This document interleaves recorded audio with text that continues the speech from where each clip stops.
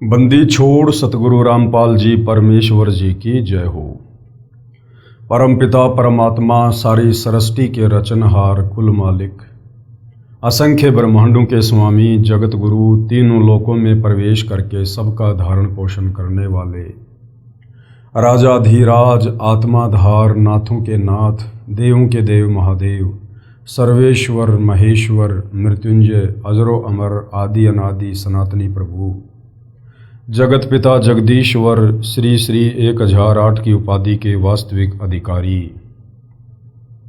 अकाल मूरत शब्द स्वरूपी राम वासुदेव, सर्वगतम ब्रह्म, परम पूज्य, प्रथम पूज्य, परम संत, परम पुरुष, परम धनी, परम दयालु, सत्य कबीर, हक्का कबीर, अल्लाहु कबीर, अल्लाहु अकबर, बाखबर, अल्लाह ताला, जगत के तारणहार, जगत के मुक्तिदाता, जगत के जगन्नाथ, हारे के सहारे, हिंदुओं के राम, मुसलमानों के अल्लाह, सिखों के वाहिगुरु, ईसाइयों के मसीह, दया के सागर दयानिधि, करुणा के सागर करुणानिधि, स्वयंभू परिभू, संकट मोचन, कष्ट हरण, मंगल करण, दुख भंजन, अविगत कबीर, निर्विकार निर्विषम परमात्मा, अलय अलेख सतगुरु, आदि अनादि सतगुरु, असली मर्यादा पुरुषोत्तम, असली राम, असली कृष्ण, असली घनश्याम, असली मुरारी,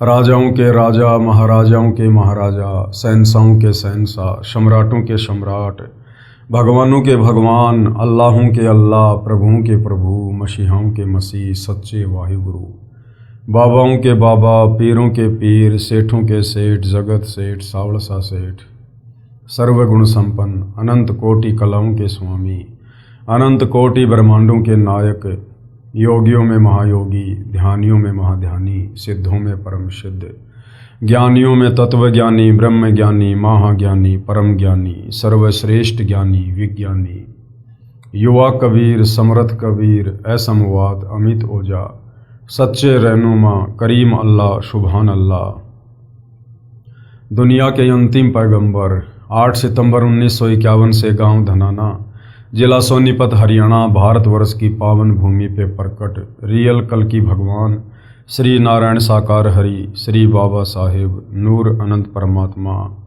सच्चे दरवेश, सच्चे बाखबर, संत शिरोमणि सतगुरु रामपाल जी परमेश्वर जी के चरण कमल में आप और हम सभी भाई बहनों का अनंत कोटि दंडवत प्रणाम।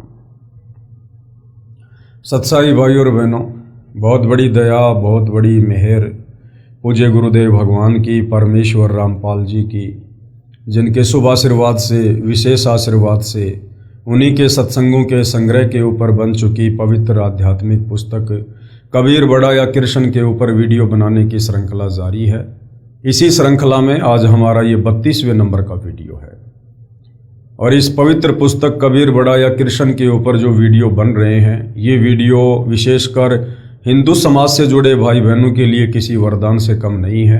यदि आपने इन तमाम वीडियोज़ को या इस पवित्र पुस्तक को निष्पक्ष होकर, धैर्य के साथ, रुचि लेकर पूरा पढ़ लिया या वीडियो देख लिए तो ये पवित्र पुस्तक वास्तव में आपको ये बताएगी कि एक पूर्ण परमात्मा कौन है, जिस परमेश्वर की तलाश में युगों युगों से साधु संत महात्मा ऋषियों ने अपने घर परिवार, अपने शरीर तक की परवाह नहीं की, परंतु उस परमेश्वर की छाया के भी दर्शन नहीं कर पाए।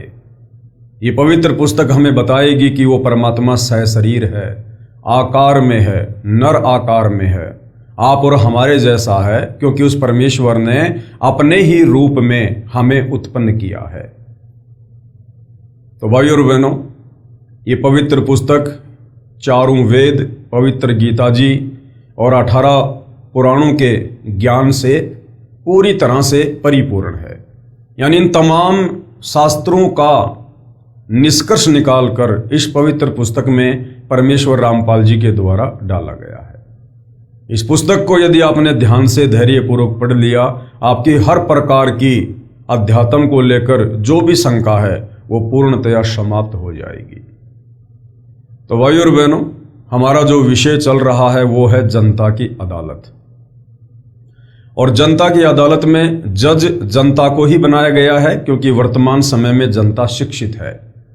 अपनी आंखों से अपने धर्म ग्रंथों को देख सकती है और निर्णय कर सकती है कि वास्तव में सही क्या है और गलत क्या है। और जो मुद्दा चल रहा है वो है कबीर बड़ा या कृष्ण, यानी सुप्रीम गॉड कौन है। तो हिंदू समाज के जितने भी धर्मगुरु आचार्य शंकराचार्य हैं, ये जनता की अदालत में श्री कृष्ण उर्फ विष्णु जी को पूर्ण परमात्मा बताते हुए उनकी पैरवी कर रहे हैं, उनके वकील के रूप में। दूसरी तरफ कबीर जी को पूर्ण परमात्मा बताते हुए उनकी पैरवी उनके वकील के रूप में कर रहे हैं सतगुरु रामपाल जी। और हिंदू धर्म गुरुओं ने जिन चारों वेदों का, गीता जी का और पुराणों का हवाला देकर ये साबित करने की कुचेष्टा की है कि श्री कृष्ण और विष्णु ही पूर्ण परमात्मा है, ये अविनाशी हैं, इनके कोई माता पिता नहीं हैं, ये अजरो अमर हैं और इन्हीं की भक्ति करने के लिए हमारे धर्म ग्रंथ कह रहे हैं।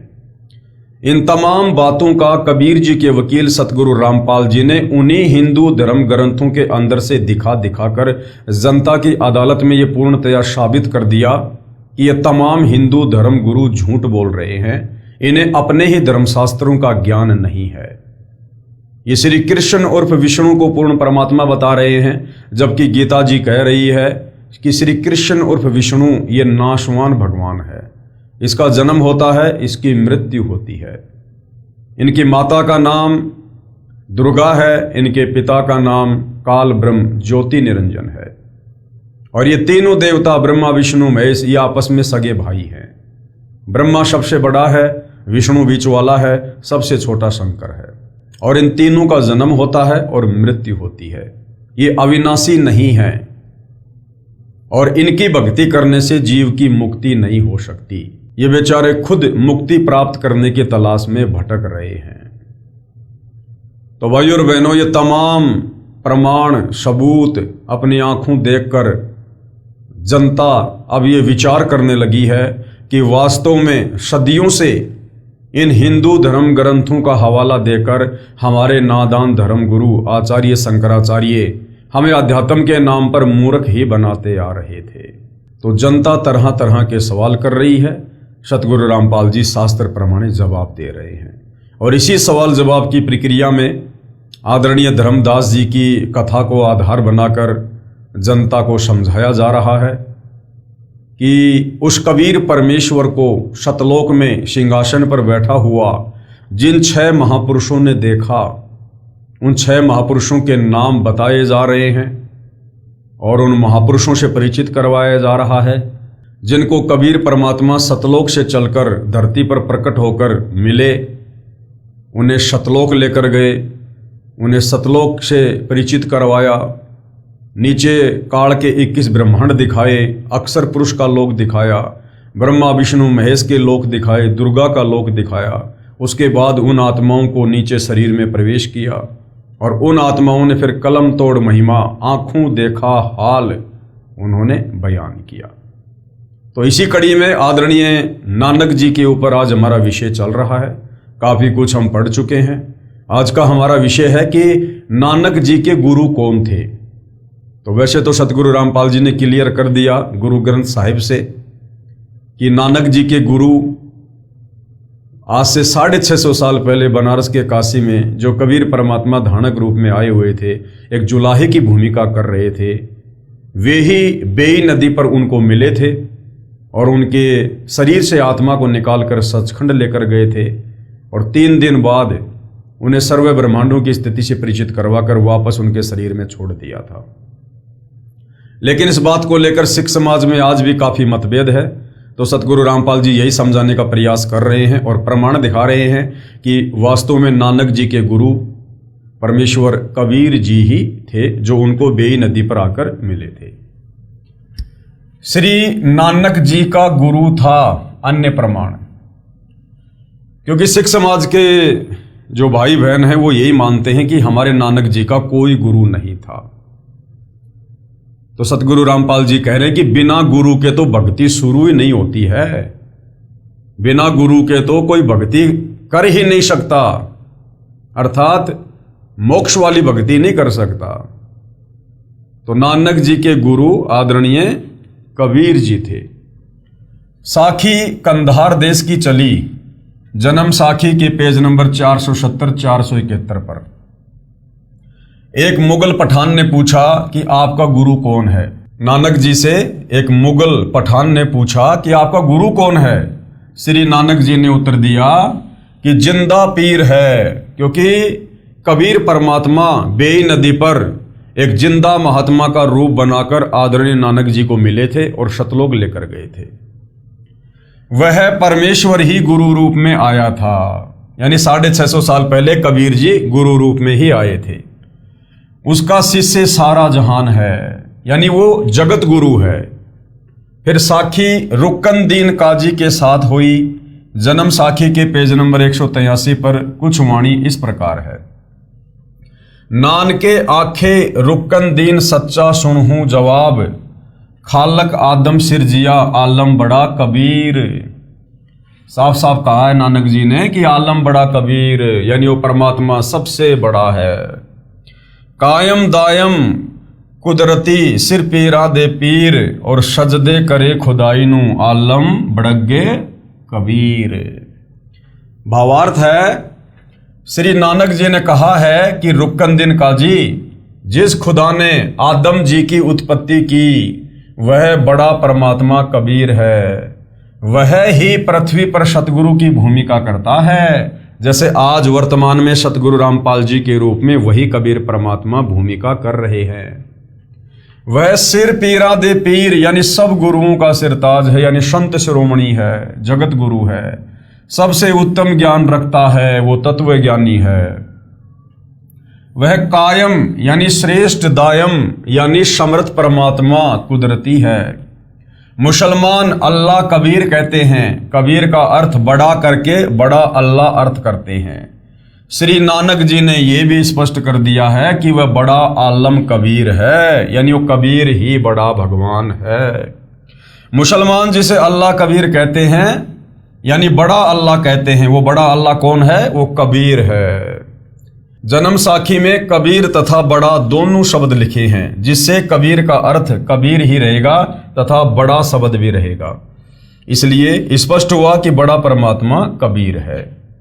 वह बड़ा आलम कबीर है जो धानक रूप में काशी में लीला करके गया है, यानी 120 साल तक कबीर परमात्मा काशी से लीला करके फिर सन 1518 में मगर से सशरीर शतलोक को चले गए थे, जिसका प्रमाण श्री गुरु ग्रंथ साहिब जी के पेज नंबर 24, 731 और 731 पर पूर्व में लिख दिया है। उसमें स्पष्ट है तथा कबीर सागर पवित्र ग्रंथ भी भाई बालाजी ने जैसे प्रत्यक्ष सुना लिखा है, ऐसे ही धनी धर्मदास जी ने परमेश्वर कबीर जी से सुना ज्ञान लिखा है। अब ये पवित्र कबीर सागर में इस बात का कहां प्रमाण है कि नानक जी का गुरु था और वो गुरु कबीर जी था। विशेष विचार, पूरे गुरु ग्रंथ साहिब में कहीं प्रमाण नहीं है कि श्री नानक जी परमेश्वर कबीर जी के गुरु जी थे। जैसे गुरु ग्रंथ साहिब आदरणीय तथा प्रमाणित है, ऐसे ही पवित्र कबीर सागर भी आदरणीय तथा प्रमाणित सदग्रंथ है तथा श्री गुरु ग्रंथ साहिब से पहले का है। इसलिए तो सैकड़ों वाणी कबीर सागर सदग्रंथ से गुरु ग्रंथ साहिब में ली गई हैं। यानी सिखों के गुरु ग्रंथ साहिब में भी जो कबीर सागर है उससे वाणियां निकाल कर डाली गई हैं। यानी जो कबीर सागर है वो गुरु ग्रंथ साहिब से भी ज्यादा प्रमाणित है। पवित्र कबीर सागर में विस्तृत विवरण है नानक जी तथा परमेश्वर कबीर साहिब जी की वार्ता का, तथा श्री नानक जी के पूज्य गुरुदेव कबीर परमेश्वर जी थे। आगे पढ़िए। विशेष प्रमाण के लिए कबीर सागर सूक्ष्म वेद बोध यानी सूक्ष्म वेद बोध एक चैप्टर है, उसके पेज नंबर 158 से 159 से सहाबार यानी जो का त्यों। नानक शाह कीन्या तप भारी, सब विधि भई ज्ञान अधिकारी, और भक्ति भाव ताको समझिया, तापर सतगुरु कीन्यो दाया। जिंदा रूप धर्यो तब भाई, यानी कबीर परमात्मा कहते हैं कि धर्मदास फिर मैंने जिंदा महात्मा का रूप बनाया और हम पंजाब देश चली आई और बेई नदी पर जाकर परमात्मा प्रकट हो गए। अनहद बाणी की पुकारा, सुन के नानक दरस निहारा। सुन के अमर लोक की वाणी, जान परा निज समर्थ ज्ञानी। आवा पुरुष महागुरु ज्ञानी। नानक जी ने क्या कहा कि आओ महाज्ञानी महात्मा, अमर लोक की सुनी न बानी। मैंने तो कभी जिंदगी में पहले सचखंड की ऐसी बातें सुनी नहीं थी। अर्ज सुनो प्रभु जिंदा स्वामी, कहे अमर लोक रहा निज धामी। काहू न कहीं अमर निजबानी, धन्य कबीर परम गुरु ज्ञानी। ये नानक जी जिंदा बाबा के रूप में कबीर जी की महिमा कर रहे हैं। जब परमात्मा जिंदा रूप में मिले थे तो नानक जी उनकी महिमा कर रहे थे। कोई न पावे तुमरो भेदा, खोज थके ब्रह्मा चौवेदा। यानी चारों वेद और ब्रह्मा जी भी अपनी बरकस कोशिश कर चुके हैं, लेकिन हे कबीर अल्लाह, हे कबीर परमात्मा, तेरे सचखंड का और तेरी महिमा का वो भी पूरी तरह से निष्कर्ष नहीं निकाल पाए, नहीं जान पाए। फिर परमात्मा जी क्या बोले नानक जी को, नानक तुम बहुते तप की न्या। यानी तूने मुझे प्राप्त करने के लिए बहुत ही भक्ति की है, तूने प्रयास किया है। और निरंकार बहुते दिन चीन्या। और ये जो निरंकार जिसको तुम कह रहे हो ना, काल ब्रह्म, जो वास्तव में साकार है लेकिन वो हर किसी के सामने नहीं आता, उसने प्रतिज्ञा कर रखी है। तूने उस निरंकार की, उस काल की, ब्रह्म की तूने बहुत साधना की है। निरंकार ते पुरुष निनारा। इस काल ब्रह्म से वो कबीर परमात्मा न्यारा है, अलग है। अजर दीप ताकि टकसारा। और कहाँ रहता है वो? अजर दीप यानी सतलोक में। पुरुष बिछो भयो तब जबते। यानी जब से नानक जी तुम उस परमात्मा से बिछुड़े हो, यानी परमात्मा अपने आप को छुपा रहे थे जबकि खुद ही परमात्मा थे कबीर जी। तो कह रहे हैं कि जब से नानक जी तुम परमात्मा जी से बिछड़े हो, यानी तुम सतलोक से आए हो, काल कठिन मग रोक्यो तबते। इस काल ने वापस जाने का रास्ता रोक रखा है। इत तब सरिस भक्ति नहीं हुई, क्योंकि परम पुरुष न भेटो कोई। जब ते हमते बिछुड़े भाई, यानी जब से तुम सतलोक से हमारे से बिछुड़ के आए हो, 60,000 जन्म भगत तुम पाई। तुमने 60,000 मनुष्य जन्म तो बहुत ही अच्छी आत्मा के प्राप्त किए। धर धर जन्म भक्ति भल कीन्या, फिर काल चक्र निरंजन दीन्या। यानी हर बार काल के चक्कर में रहे भक्ति करते करते भी। गहूं मम शब्द तो उतरो पारा। अगर मेरे शब्द के ऊपर विश्वास करोगे, मेरा सतनाम लोगे, तो तुम भवसागर से पार हो सकते हो। और बिन सत शब्द लह यम द्वारा। तुम बड़ भगत भवसागर आवा, और जीव की कौन चलावा। निरंकार सब सृष्टि भुलावा, तुम करी भक्ति लोटी क्यों आवा। अगर ये निरंकार, ये तेरा ज्योति निरंजन, ये अगर पूर्ण परमात्मा है, तो तुम तो बार बार हर जन्म में इसी की भक्ति कर रहे हो, फिर वापस बार बार ये जन्म क्यों ले रहे हो? जन्म और मरण में लक 84 में क्यों जा रहे हो? फिर नानक जी क्या बोले, धन्य पुरुष तुम ये पद बाकी। हे परमेश्वर, आपका कोटि कोटि धन्यवाद जो आपने मुझे ऐसा अनमोल ज्ञान बताया। ये पद हमसे गुप्त कह राखी, जबलो हम तुमको नहीं पावा, अगम अपार भरम फैलावा। कहो गोसाई हम ते ज्ञाना, परम पुरुष हम तुमको जाना। धनी जिंदा प्रभु पुरुष पुराना, बिरले जन तुमको पहचाना। नानक जी कहते हैं कोई बिरले आत्मा होती है जो आपको गुरु रूप में पहचान पाती है। भये दयाल पुरुष गुरु ज्ञानी, दियो पान परवाना बानी। भली भई तुम हमको पावा, सकलो पंथ काल को ध्यावा। कि नानक जी आपका सौभाग्य जो आपने मुझे पहचान लिया, वरना ये दुनिया के जितने भी पंथ और संत है ये काल की भक्ति कर रहे हैं। तुम इतने अब भय निनारा, फिर जन्म ना होए तुम्हारा। भली सुरती तुम हमको चीन्या, अमर मंत्र हम तुमको दीन्या। शबशम वेद हम कह निजबानी, परम पुरुष गति तुम्हें बखानी। फिर नानक जी क्या बोले, धन्य पुरुष ज्ञानी करतारा, जीव काज प्रकटे संसारा। धनी करता तुम बंदी छोड़ा, ज्ञान तुम्हारा महाबल जोरा। दिया नाम दान किया उबारा, नानक अमर लोग पगधारा। गुरुदेव भगवान ने भावार्थ किया है कि परम पूज्य कबीर प्रभु एक जिंदा महात्मा का रूप बनाकर श्री नानक जी से मिलने पंजाब में गए। तब श्री नानक साहिब जी से वार्ता हुई। तब परमेश्वर कबीर जी ने कहा कि आप जैसी पुण्यात्मा जन्म मृत्यु का कष्ट भोग रहे हो, फिर आम जीव का कहां ठिकाना है। जिस निरंकार को आप भगवान मानकर पूज रहे हो, इस काल को, पूर्ण परमात्मा तो इससे भी भिन्न है, वह मैं ही हूं। जब से आप मेरे से बिछड़े हो, 60,000 जन्म तो अच्छे अच्छे उच्च पद भी प्राप्त कर चुके हो। जैसे सतयुग में यही नानक जी वाली आत्मा राजा अमरीश तथा त्रेता युग में राजा जनक जो सीता जी के पिताजी थे हुए, तथा कलयुग में श्री नानक साहिब जी हुए। फिर भी जन्म मृत्यु के चक्कर में ही हो। मैं आपको सत्य शब्द अर्थात सच्चा नाम जाप मंत्र बताऊंगा, उससे आप अमर हो जाओगे। श्री नानक साहिब जी ने प्रभु कबीर से कहा कि आप बंदी छोड़ भगवान हो। बंदी छोड़ यानी जो इस काल के द्वारा हम आत्माओं पर लगाए गए कर्म बंधनों से छुड़वाकर जो सतलोक भेज दे, उसको कहते हैं बंदी छोड़। आपको कोई बिरला सौभाग्यशाली व्यक्ति ही पहचान सकता है, हर किसी के बस की बात नहीं है। नानक जी कह रहे हैं कि हे परमात्मा, जब आप गुरु रूप में धरती पर आते हो अपनी सतलोक वाली उस शोभा को छुपाकर, तो कोई बिरला सौभाग्यशाली ही आपको पहचान पाता है। आदरणीय गरीबदास जी भी कहते हैं, दास गरीब कह नर लोई और वही सतगुरु को चीने बिरला कोई। तो भाइयों और बहनों, सबसे बड़ी जो विडंबना है इस आत्मा के सामने वो यही है कि जब जब ये कबीर परमात्मा धरती पर हमें तत्व ज्ञान देने के लिए तत्वदर्शी संत बनकर आते हैं, सतगुरु बनकर आते हैं, सत्संग सुनाते हैं, तो ये अपने आप को ज्यादातर छुपाते हैं।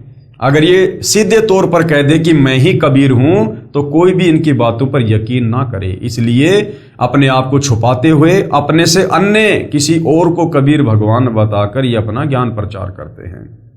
और हम नादान आत्मा उनकी इस लीला को समझ नहीं पाते और उन्हें कबीर ना मानकर उन्हें कबीर का भेजा हुआ कोई संत मान लेते हैं, जिस कारण से हम मोक्ष प्राप्त नहीं कर पाते।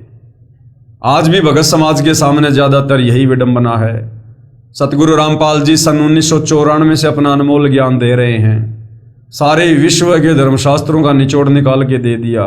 5वें सूक्ष्म वेद कबीर सागर का निष्कर्ष निकाल दिया। आदरणीय गरीबदास जी के सूक्ष्म वेद का, सतग्रंथ साहिब का निष्कर्ष निकाल के रख दिया, जो परमेश्वर कबीर जी के अलावा कोई उसका सरलार्थ कर ही नहीं सकता। उसके बावजूद भी उन्हीं की शरण में आए हुए भगत भी उन्हें परमेश्वर के रूप में नहीं पहचान पा रहे। अपने गुरु जी के रहते सहते जिस रूप में कबीर जी 650 साल पहले आए थे बनारस में, उसी दाढ़ी मूछ वाले रूप से मिलती जुलती एक काल्पनिक फोटो जिसे कबीर दास जी की फोटो कहते हैं, उस फोटो को ही भगवान मानकर पूज रहे हैं। जून के महीने में उसी का कबीर प्रकट दिवस मना रहे हैं। अपने घर पर दरबार में उसी फोटो को रखकर दंडवत कर रहे हैं, पूजा कर रहे हैं, जबकि साक्षात जिंदा कबीर तो सतगुरु रामपाल जी हैं। तो भाइयों और बहनों, ये विडंबना भक्तों के सामने सदियों से रही है, युगों से रही है। इसीलिए नानक जी कह रहे हैं कि कोई बिरला सौभाग्यशाली ही आपको पहचान सकता है, हर किसी के बस की बात नहीं है। कबीर सागर के अध्याय अगम निगम बोध में पेज नंबर 44 पर एक शब्द है, नानक वचन, वाह वाह कबीर गुरु पूरा है, वाह वाह कबीर गुरु पूरा है। नानक जी अपने पूज्य गुरुदेव कबीर साहब की महिमा कर रहे हैं। वाह वाह कबीर गुरु पूरा है, यानी ये जो वाह शब्द है, वाह यानी बड़ाई, महिमा, गुणगान, ये केवल कबीर परमात्मा की ही हो सकती है। उनके अलावा कोई भी वाह वाही का पात्र नहीं है। तो आज इस समय यदि इस पृथ्वी पर कोई वाह वाही का पात्र है, केवल सतगुरु रामपाल जी हैं, क्योंकि ये स्वयं कबीर परमेश्वर जी आए हुए हैं। वाह वाह कबीर गुरु पूरा है, वाह वाह कबीर गुरु पूरा है। पूरे गुरु की मैं बलि जावा, पूरे गुरु की मैं बलि जावा, जाका सकल जहूरा है, वाह वाह कबीर गुरु पूरा है, वाह वाह कबीर गुरु पूरा है। अधर दुलीचे परे हैं गुरु के, अधर दुलीच परे हैं गुरु नन के, शिव ब्रह्मा जहाँ सूरा है, वाह वाह कबीर गुरु पूरा है। श्वेत ध्वजा फहरात गुरु नन की, श्वेत ध्वजा फहरात गुरु नन की, बाजत अनहद तूरा है, वाह वाह कबीर गुरुपूरा है। पूर्ण कबीर सकल घट दर से, पूर्ण कबीर सकल घट दर से, हरदम हाल जहूरा है, वाह वाह कबीर गुरुपूरा है। नाम कबीर जपै बड़ भागी, नाम कबीर जपै बड़ भागी, नानक चरण को धूरा है, वाह वाह कबीर गुरुपूरा है। यानी नानक जी कबीर जी के शिष्य थे और कह रहे हैं कि ये नानक तो कबीर जी के चरणों की धूल भी नहीं है एक प्रकार से। अर्थात श्री नानक जी के गुरु परमेश्वर कबीर जी थे।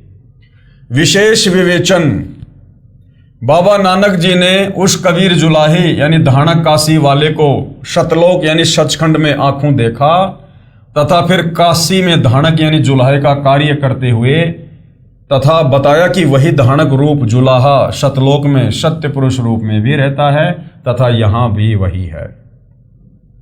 आदरणीय श्री नानक साहिब जी का आविर्भाव यानी जन्म सन 1469 तथा शतलोकवास सन 1539। पवित्र पुस्तक जीवनी 10 गुरु साहिबान।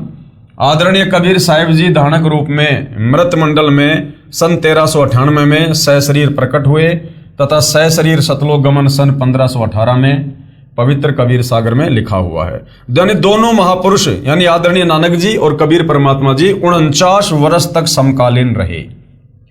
श्री गुरु नानक साहिब जी का जन्म पवित्र हिंदू धर्म में हुआ था। परमात्मा प्राप्ति के बाद कहा कि न कोई हिंदू न मुसलमाना, अर्थात अज्ञानतावश दो धर्म बना बैठे, सर्व एक परमात्मा सत्य पुरुष के बच्चे हैं। श्री नानक देव जी ने कोई धर्म नहीं बनाया बल्कि धर्म की बनावटी जंजीरों से मानव को मुक्त किया तथा शिष्य परंपरा चलाई थी। जैसे गुरुदेव से नाम दीक्षा लेने वाले भक्तों को शिष्य बोला जाता है, उन्हें पंजाबी भाषा में सिख कहने लगे। जैसे आज इस दास के लाखों शिष्य हैं, परंतु ये धर्म नहीं है, सर्व पवित्र धर्मों की पुण्यात्माएं आत्म कल्याण करवा रही हैं। यदि आने वाले समय में कोई धर्म बना बैठे तो वह दुर्भाग्य ही होगा। भेदभाव तथा संघर्ष की नई दीवार ही बनेगी, परंतु लाभ कुछ नहीं होगा। यानी सिख कोई धर्म नहीं है। ना नानक जी ने कोई सिख धर्म बनाया था। नानक जी ने केवल अपना ज्ञान दिया जो कबीर परमात्मा से उन्होंने प्राप्त किया, और उनसे जो उपदेश प्राप्त करता था पंजाबी भाषा में उनको सिख कहते हैं। तो नानक जी के सतलोक जाने के बाद आगे चलकर फिर यह परंपरा बन गई और लोगों ने फिर सिख को एक धर्म के रूप में स्थापित कर दिया, जो आज आप देख रहे हैं। आगे गवाह नंबर 6, जिन्होंने कबीर जी को सतलोक में देखा, कबीर परमात्मा जिनको सतलोक लेकर गए, अपने सतलोक से परिचित करवाया, 21 ब्रह्मांड की स्थिति से परिचित करवाया, और फिर उस आत्मा ने भी उस कबीर परमेश्वर की महिमा का कलम तोड़ बखान किया, गुणगान किया। वो हैं संत गीसा दास जी, गांव खेकड़ा, जिला बागपत, उत्तर प्रदेश, भारत वाले। इनको 6 वर्ष की उम्र में कबीर परमेश्वर जी मिले थे। पूरा गांव खेकड़ा गवाह है। संत गीसा जी ने बताया कि मैंने परमेश्वर कबीर जी के साथ ऊपर सतलोक में जाकर देखा था। जो काशी में जुलाहे का कार्य करता था वह पूर्ण परमात्मा है, सारी सृष्टि का सर्जन करता है, असंख्य ब्रह्मांडों का मालिक है। पुस्तक विस्तार को मद्देनजर रखते हुए अधिक विस्तार नहीं कर रहा हूं।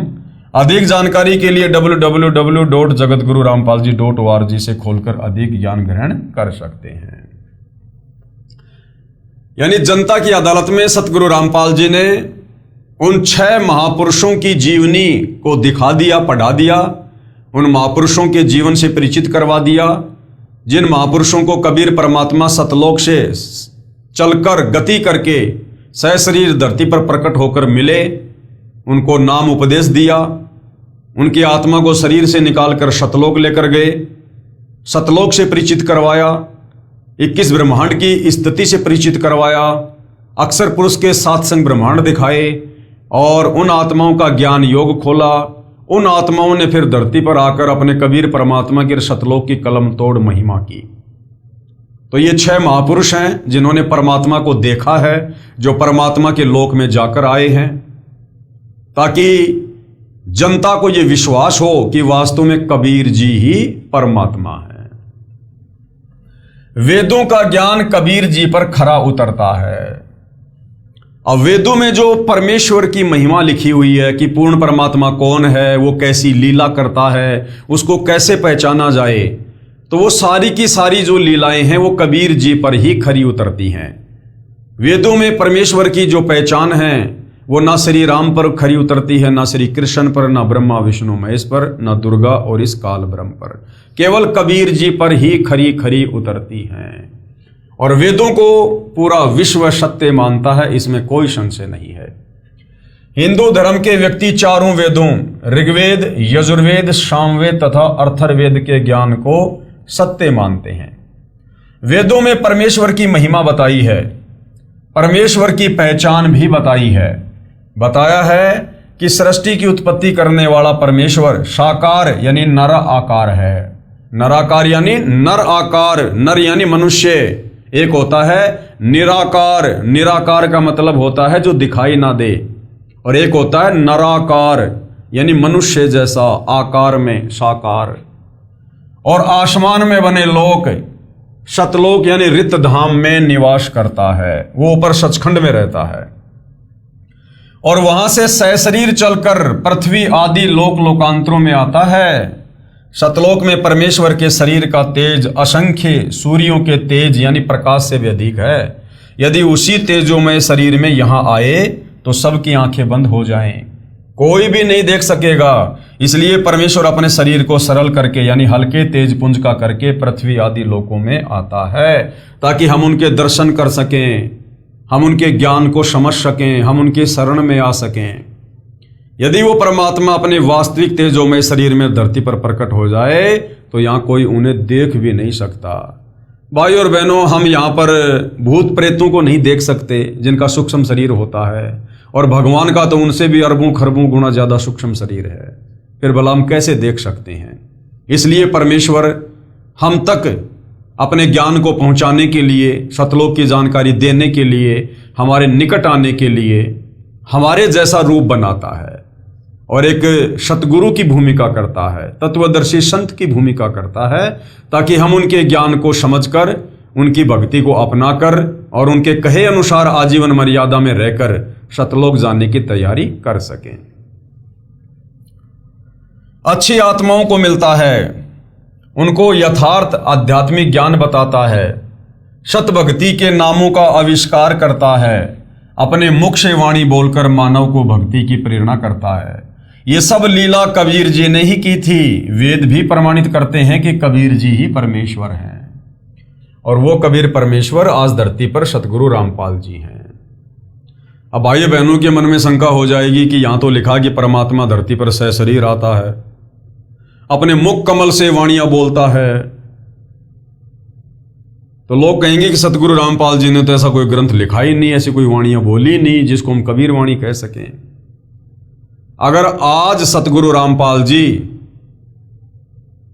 2-3 हजार पेज का कोई ग्रंथ लिखते, अगर उसमें वो अपनी वाणियां डालते, तो कौन यकीन करता? कोई यकीन नहीं करता। सब ये कहते मनमुखी रूप से लिख दी है, कौन से शास्त्र से हैं ये वाणियां, ऐसे तो कोई भी लिख देगा, कोई भी भगवान बन जाएगा। इसलिए सतगुरु रामपाल जी ही 650 साल पहले कबीर रूप में आए थे, और उन्होंने धर्मदास जी के माध्यम से कबीर सागर लिखवाया था। आज से 300 साल पहले गरीबदास जी के रूप में भी सतगुरु रामपाल जी ही आए थे गांव छुड़ानी जिला जज्जर हरियाणा में, और उन्होंने 5वां सूक्ष्म वेद सतग्रंथ साहिब लिखवा दिया। आज इस कलयुग की बिचली पीढ़ी में पैदा और थोड़ी बहुत ये विज्ञान प्राप्त करके, पढ़ाई लिखाई करके जो हम शाणे बन गए, चतुर बन गए,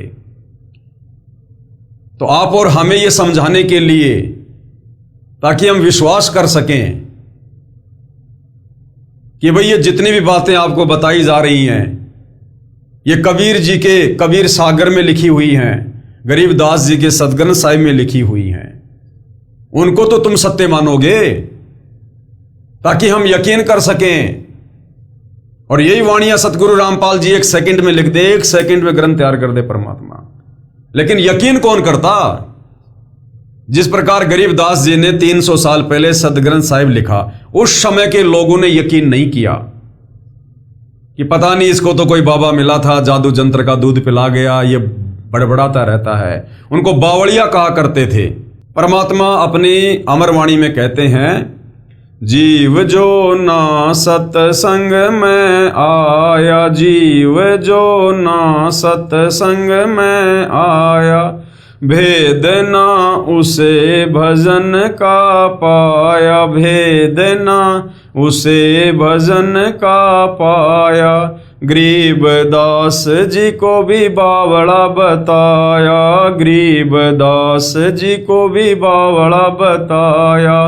क्या कर ले इस दुनिया शानी का, कोई जगह पुरबला भाग सफल हुआ दिन जिंदगानी का। 350 साल पहले जब गरीबदास जी ने इतना मोटा ग्रंथ लिखवाया, चारों वेदों में जितनी वाणियां हैं, श्लोक हैं, उनसे कहीं ज्यादा आदरणीय गरीबदास जी के सदग्रंथ साहिब में हैं। उस समय उनको केवल बावड़िया कहा, बावड़िया, छोरी का छोरा, गांव का देवता। किसी ने यकीन नहीं किया। 650 साल पहले कबीर जी ने इतनी वाणियां बोली, इतनी वाणियां बोली, इतना मोटा कबीर सागर लिखवाया। किसी ने उनको परमात्मा नहीं माना, किसी ने विश्वास नहीं किया। 64 के 64 लाख फैल हो गए। तमाम धर्मगुरु केवल उनका विरोध ही करते रहे। अब भाई और बहनों, यदि वर्तमान में सतगुरु रामपाल जी अपने कर कमल से अगर ऐसा कोई पवित्र ग्रंथ लिखते, तो आज तो कलयुग है, इंसान का स्तर पहले से भी कहीं ज्यादा नीचे गिर चुका है। आज कौन यकीन करता? इसलिए परमात्मा ने जो भी कुछ लिखना था, कहना था, वो पहले आकर लिखवा दिया, ताकि आज हम मंदबुद्धि प्राणी, अज्ञानी प्राणी, उन पहले वाले महापुरुषों के द्वारा लिखे उन ग्रंथों पर विश्वास कर सकें। इसलिए सतगुरु रामपाल जी ने वर्तमान में कोई नया ग्रंथ नहीं लिखा। तो यह क्या लिखा है कि अपने मुख कमल से वाणी बोलकर मानव को भक्ति की प्रेरणा करता है। तो वर्तमान में सतगुरु रामपाल जी जिन सदग्रंथों का हवाला दे रहे हैं ना, ये उस समय उन्हीं के मुख कमल से बोली गई वाणियां हैं, वो कबीर वाणियां, जिनका हवाला देकर आज हमें सत्संग करके भक्ति करने की प्रेरणा दे रहे हैं। वेदों से जानते हैं परम अक्षर ब्रह्म कौन है। परम अक्षर ब्रह्म यानी पूर्ण परमात्मा, सारी सृष्टि का मालिक, सबसे बड़ा भगवान कौन है। यहां पर वेदों के मंत्रों की कुछ फोटोकॉपी लगाई हैं, जिनका अनुवाद आर्य समाज के आचार्यों, शास्त्रियों ने किया है। कुछ ठीक है, कुछ गलत है, परंतु सत्य फिर भी स्पष्ट है। वेद मंत्रों में कहा है कि सृष्टि का उत्पत्ति करता परम अक्षर ब्रह्म यानी सत्य पुरुष है। आकाश में बने सनातन परम धाम यानी सतलोक में निवास करता है। वेदों में सतलोक को रित धाम कहा है। एक सिंहासन पर विराजमान है। अब भैया, जो सिंहासन पर विराजमान होगा वो निराकार कैसे होगा? निराकार का क्या सिंहासन पे बैठेगा? किसने देखा उसको? जो निराकारी है उसको सिंहासन पर बैठा हुआ फिर देख कौन सकता है? अगर सिंहासन है, क्योंकि सिंहासन है तो साकार है सिंहासन, और सिंहासन पर यदि कोई बैठा है तो वो भी साकारी है, फिर निराकार का सिंहासन पे क्या बैठेगा? उसके सिर के ऊपर मुकुट तथा छत्र लगे हैं। परमेश्वर देखने में राजा के समान है। तो राजा साकार होता है या निराकार? साकार। ऐसे ही परमात्मा भी साकार है। परमेश्वर वहां से चलकर नीचे के लोक में पृथ्वी आदि पर चलकर गति करके आता है, अच्छी आत्माओं को मिलता है। यानी जो परमात्मा चाहने वाली आत्मा है, जिनकी भक्ति में रुचि होती है, उनको आके मिलता है। उनको यथार्थ अध्यात्म ज्ञान बताता है। अपने मुख से वाणी बोल बोल कर भक्ति करने की प्रेरणा करता है। साधना के सत्य नामों का आविष्कार करता है।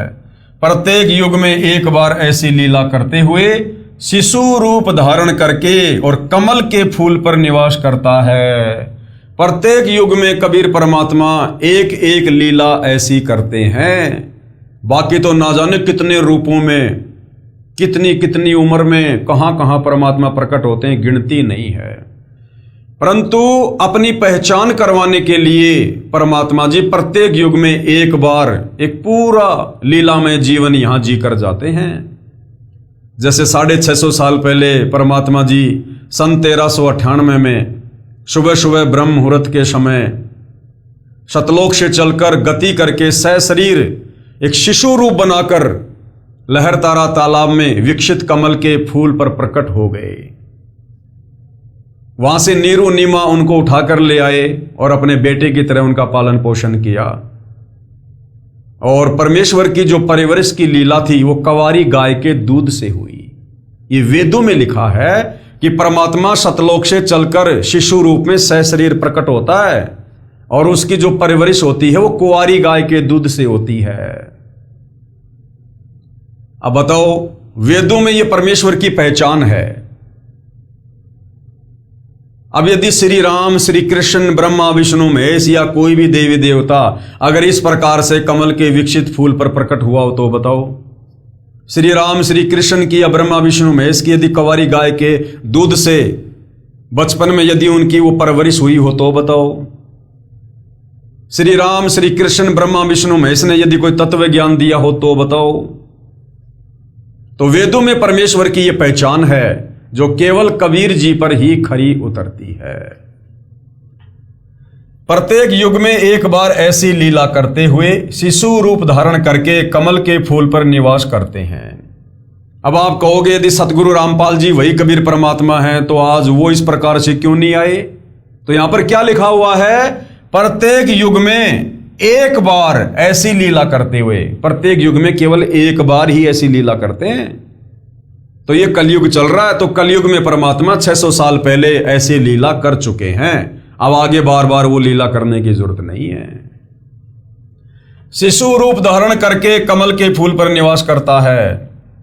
वहां से बाल परमेश्वर को यानी बालक रूप में कबीर परमात्मा जी को निसंतान दंपत्ति उठा ले जाते हैं और बाल भगवान की परवरिश कवारी गायों द्वारा होती है। यानी कवारी गाय का दूध परमात्मा जी पीता है जो वेदों में लिखा है।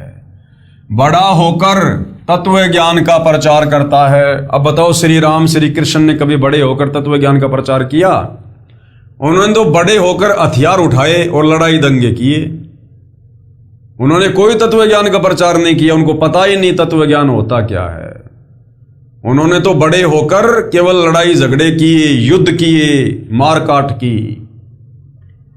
अपने मुख कमल से वाणी उच्चारण करता है। दोहों, चौपाइयों, शब्दों के माध्यम से अपनी जानकारी की वाणी उच्चारण करता है। अब बताओ, श्री राम ने, श्री कृष्ण ने कोई दोहा बोला हो, कोई चौपाई बोली हो, कोई भजन गाया हो तो बता दो किसी के पास है क्या? ब्रह्मा, विष्णु, महेश ने कोई दोहा बनाया हो, कोई चौपाई बनाई हो, कोई कविता लिखी हो, कोई भजन लिखा हो अपने भक्तों के लिए तो बताओ।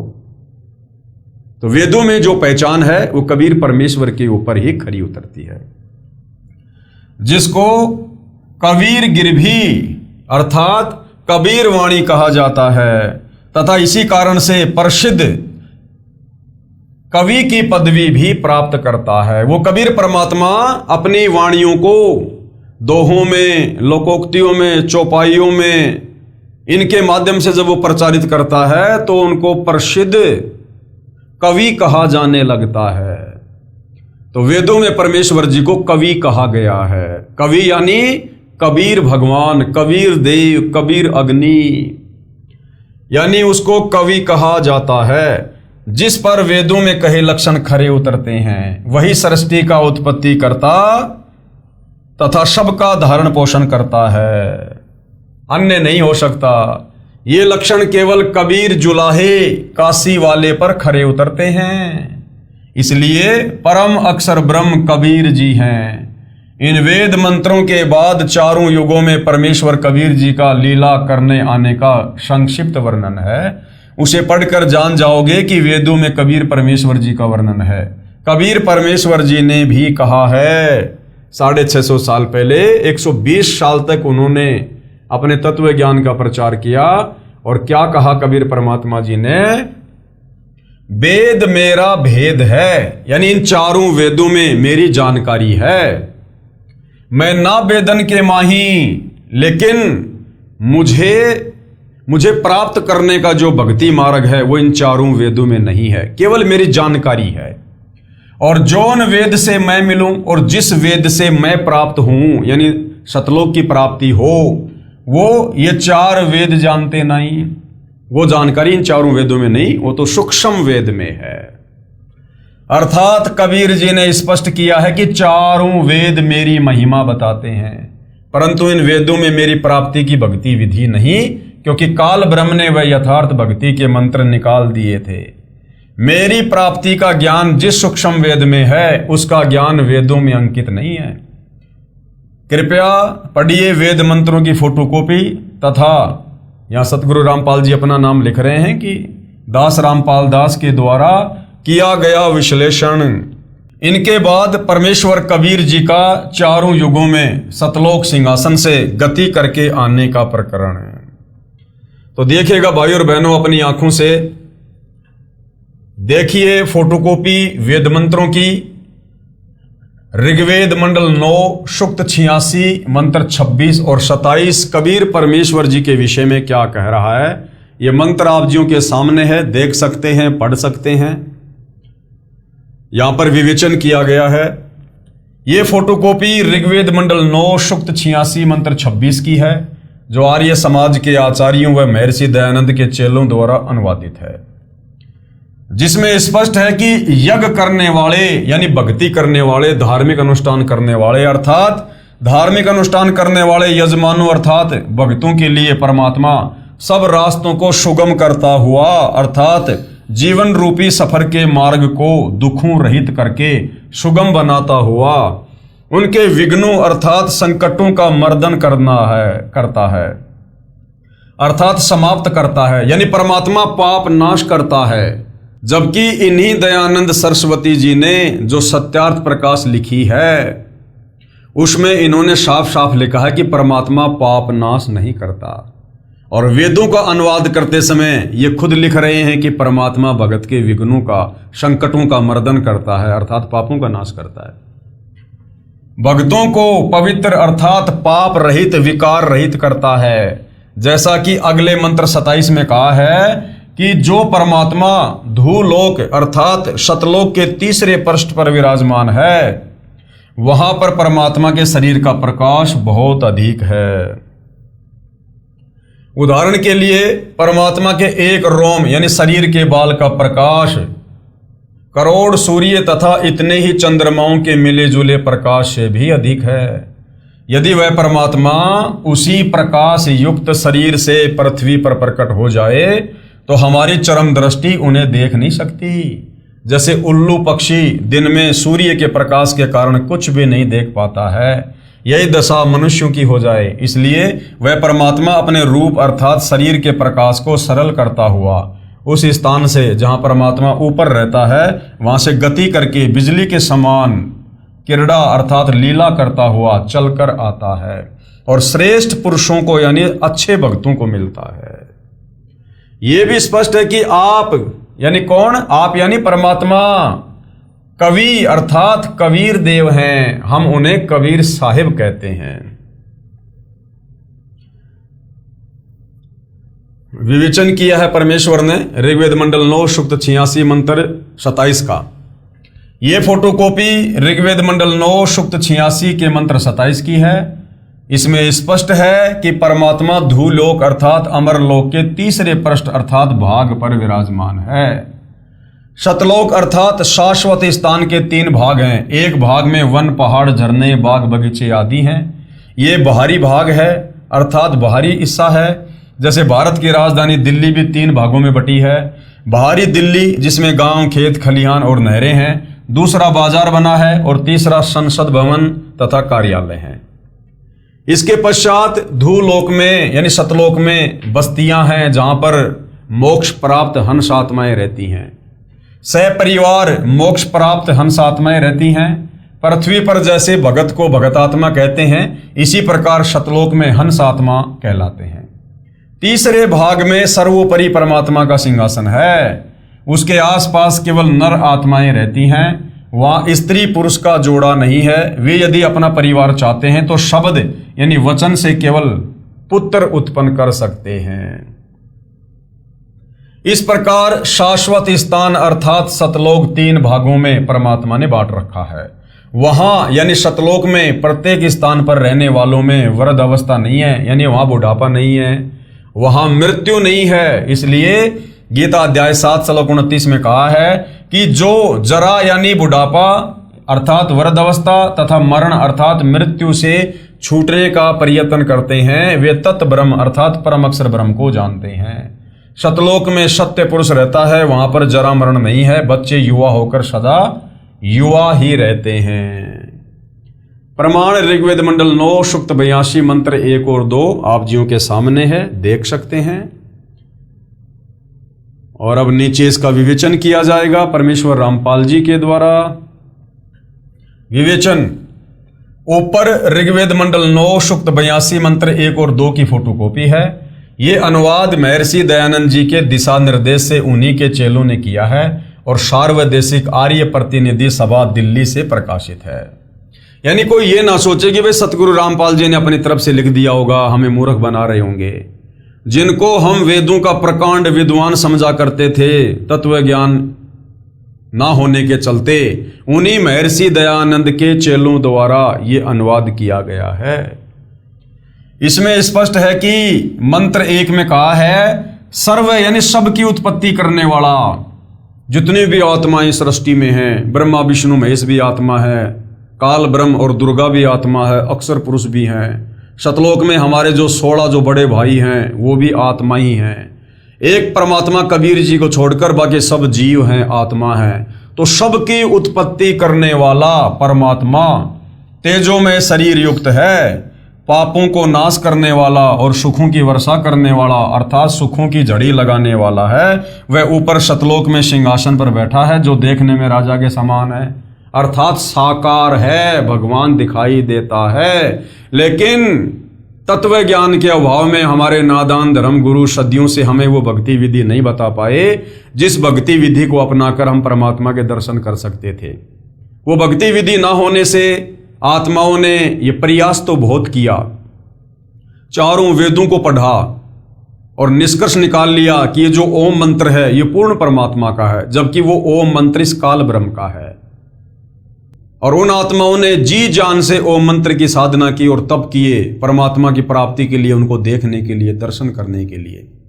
लेकिन उनको तत्व ज्ञान नहीं था, जिस कारण से वो सृष्टि रचना से अपरिचित थे और उन्हें इस बात का नहीं पता था कि ओम मंत्र जिस काल ब्रह्म का है उसने सौगंध खा रखी है कि मैं किसी भी प्रकार के जप से, तप से, दान से, धर्म से, अनुष्ठान से मैं किसी को भी अपने वास्तविक ब्रह्म रूप में, काल रूप में दर्शन नहीं दूंगा। और इतने प्रयासों के बाद जब उसके दर्शन नहीं हुए तो अंत में हमारे उन साधु संत महात्मा ऋषियों ने अपना अनुभव समाज के सामने रख दिया कि परमात्मा तो निराकार है। और ये काल उनको भ्रमित करने के लिए जो है ज्योत के दर्शन करवा दिया करता था। तो उन महात्माओं ने सोच लिया कि ये जो झिलमिल झिलमिल जो ये ज्योतियां चमकती हैं, हम जब ध्यान लगाते हैं तो ये जो हजारों जो ज्योतियां दिखाई देती हैं, बस यही उस ब्रह्म का रूप है। और वही आधा अधूरा ज्ञान, शास्त्र विरुद्ध ज्ञान उन महात्माओं ने अपने द्वारा लिखी अनुभव की पुस्तकों में लिख दिया, जिनको पुराणों की संज्ञा दी जाती है। और आम आदमी ने यह विश्वास कर लिया कि इनसे बड़ा ज्ञानी और कौन हो सकता है, इन्होंने तो वेद पढ़े हैं, ये जो बता रहे हैं सही बता रहे होंगे। इस आधार से भाई और बहनों परमात्मा को सर्व समाज ने निराकार मान लिया। परंतु वेद कह रहे हैं कि परमात्मा साकार है, सह शरीर है, वो धरती पर चलकर आता है, एक मनुष्य के बच्चे के रूप में लीला करता है, हमें ज्ञान देता है। और आज यदि धरती पर वो कबीर भगवान देखना है तो सतगुरु रामपाल जी के रूप में धरती पर सह शरीर प्रकट है। 650 साल पहले भी परमात्मा कबीर जी इसी प्रकार से आए थे। द्वापर में भी ऐसे आए थे, त्रेता और सतयुग में भी ऐसे आए थे। और भगवान के कोई सींग थोड़ी होते हैं कि भगवान सींग लगा के आएगा या कोई पूंछ लगा के आएगा तब हम पहचानेंगे कि हाँ ये भगवान है। इंसानों को समझाने के लिए इंसान ही बनकर आता है भगवान। बाकी वो तो समर्थ है, सर्व सिद्धियों का स्वामी है, जिसने 184 योनियां बनाई हैं। वो तो प्रत्येक जीव का रूप धारण कर सकता है। 184 तो छोड़ो, वो परमात्मा तो इतना सक्षम है, वो तो अरबों खरबों नील शंख पदम ना जाने कितने जीव तरह तरह के भिन्न भिन्न उत्पन्न कर दे, जो एक दूसरे से मेल भी ना खाएं। आज इस पृथ्वी पर लगभग 8.5 अरब के आसपास मानव शरीरधारी स्त्री या पुरुषों की संख्या है। क्या किसी का भी आपस में चेहरा मेल खाता है? किसी का भी चेहरा आपको हूबहू नहीं मिलेगा, जबकि सब मां के गर्भ से जन्म लेकर आते हैं। सबको पैदा करने वाली फैक्ट्री एक ही है, सबका साचा एक ही है, मां का गर्भ, लेकिन चेहरे सबके अलग अलग। और गुरुदेव ने बताया कि प्रत्येक व्यक्ति का चेहरा उसके जीवन में 4 बार बदलता है। एक जब वो पैदा होता है तब, एक जब वो 10-12 साल का होता है, एक जब वो युवा होता है, और फिर बुढ़ापा। 4 बार हर व्यक्ति अपने जीवन में अपने चेहरे बदलता है, और किसी व्यक्ति का चेहरा किसी से नहीं मिलता, जबकि सबका जन्म मां के गर्भ से होता है। फैक्ट्री एक ही है, साचा एक ही है, लेकिन चेहरे सबके अलग अलग, सबके फिंगरप्रिंट अलग अलग, सबकी आंखों का रेटिना अलग अलग। यह है उस परमेश्वर की कारीगरी। तो भाइयों और बहनों, वो कबीर परमात्मा आज धरती पर सतगुरु रामपाल जी के रूप में प्रकट हैं। यही प्रमाण सूक्ष्म वेद में है। अरश कुरुश पर सफेद गुमट है, जहां परमेश्वर जी का डेरा, और श्वेत छत्र सिर मुकुट विराजे, देखत ना उस चेहरे नु। यही प्रमाण बाइबल ग्रंथ तथा कुरान शरीफ में भी है कि परमात्मा ने 6 दिन में सृष्टि रची और 7वें दिन ऊपर आकाश में तकत सिंहासन पर जा विराजा। इस काल के 21 ब्रह्मांड वाली सृष्टि परमात्मा ने 6 दिन में रची। हालांकि वो परमात्मा चाहते तो 6 सेकंड का भी काम नहीं उनके लिए, 6 सेकंड का भी, लेकिन ये परमेश्वर की अपनी मौज है, वो किस प्रकार की लीला करते हैं। अन्यथा वो परमात्मा एक चुटकी बजाने जितनी देर में सृष्टि को खत्म कर दे, और चुटकी बजाते परमात्मा फिर से नया निर्माण कर दे। एज इट इज, गांव, नगर, बिल्डिंगें, नहरें, रोडें, इंसान, पेड़, झरने, सब कुछ एज इट इज, और किसी को पता भी ना चले कि एक पल में सृष्टि नष्ट हो चुकी थी और अगले पल परमात्मा ने वैसी नई बना दी। तो ये वो समर्थ परमात्मा है। तो इस काल के 21 ब्रह्मांड वाली सृष्टि परमात्मा ने 6 दिन में रची, और 7वें दिन सतलोक में बने अपने सिंहासन पर जा विराजा। कहां प्रमाण है बाइबल में? बाइबल के उत्पत्ति ग्रंथ 2 और उसके श्लोक 26 से 30 तथा कुरान शरीफ की सूरत फुरकानी 25 आयत नंबर 52 से 59 में है। वह परमात्मा यानी वो परम अक्षर ब्रह्म कबीर भगवान अपने अमर धाम से चलकर यानी सतलोक से चलकर पृथ्वी पर शब्द वाणी से ज्ञान सुनाता है।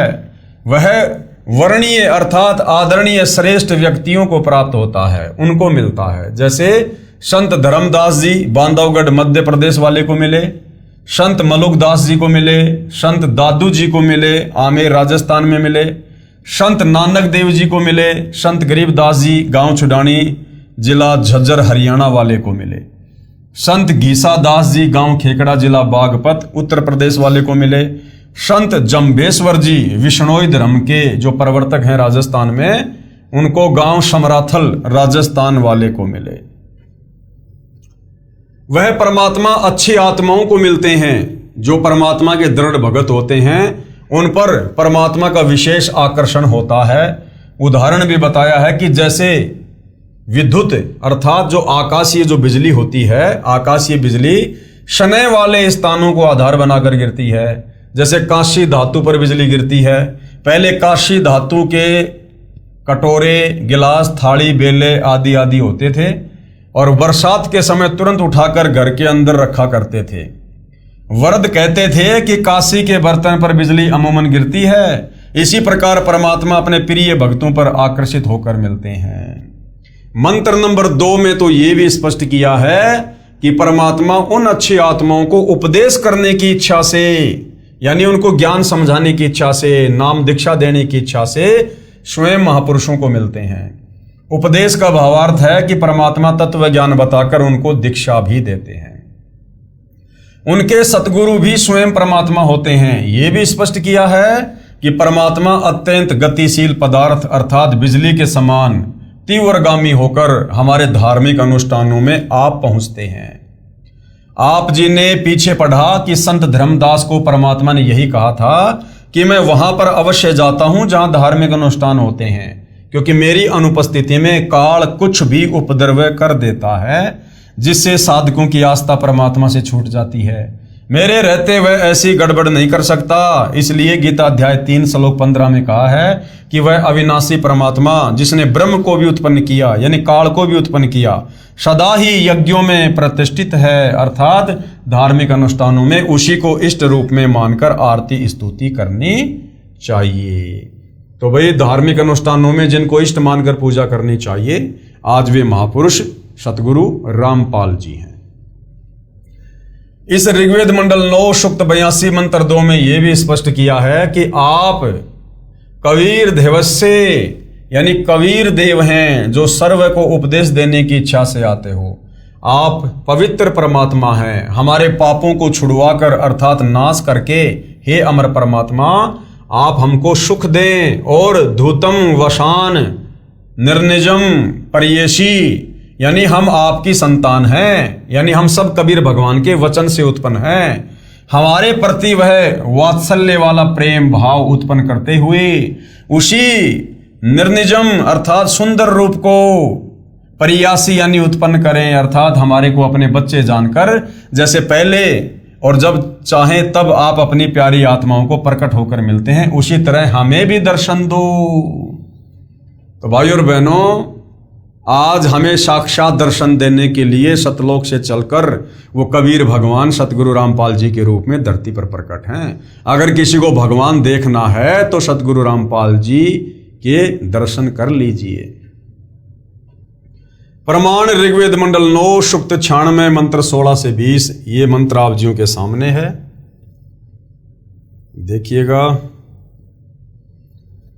ऋग्वेद मंडल 9 सूक्त 96 के मंत्र 16 में कहा कि हे परमात्मन आप अपने श्रेष्ठ गुप्त नाम का ज्ञान करवाइए कि आपका वास्तविक नाम क्या है।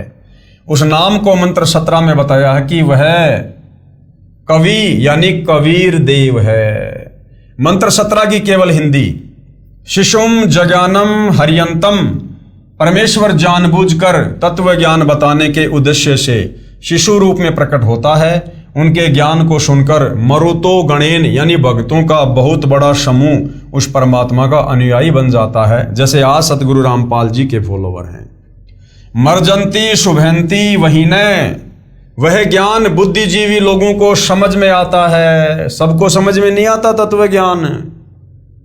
उनसे दीक्षा भी ले लेंगे, उनके भगत भी बन जाएंगे, लेकिन वो ज्ञान केवल बुद्धिजीवी लोगों को ही समझ में आता है, हर किसी भगत को समझ में नहीं आता।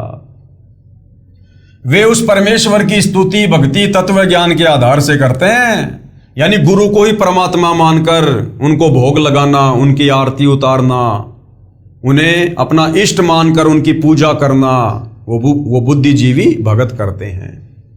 वह भक्ति वही ने यानी शीघ्र लाभ देने वाली होती है।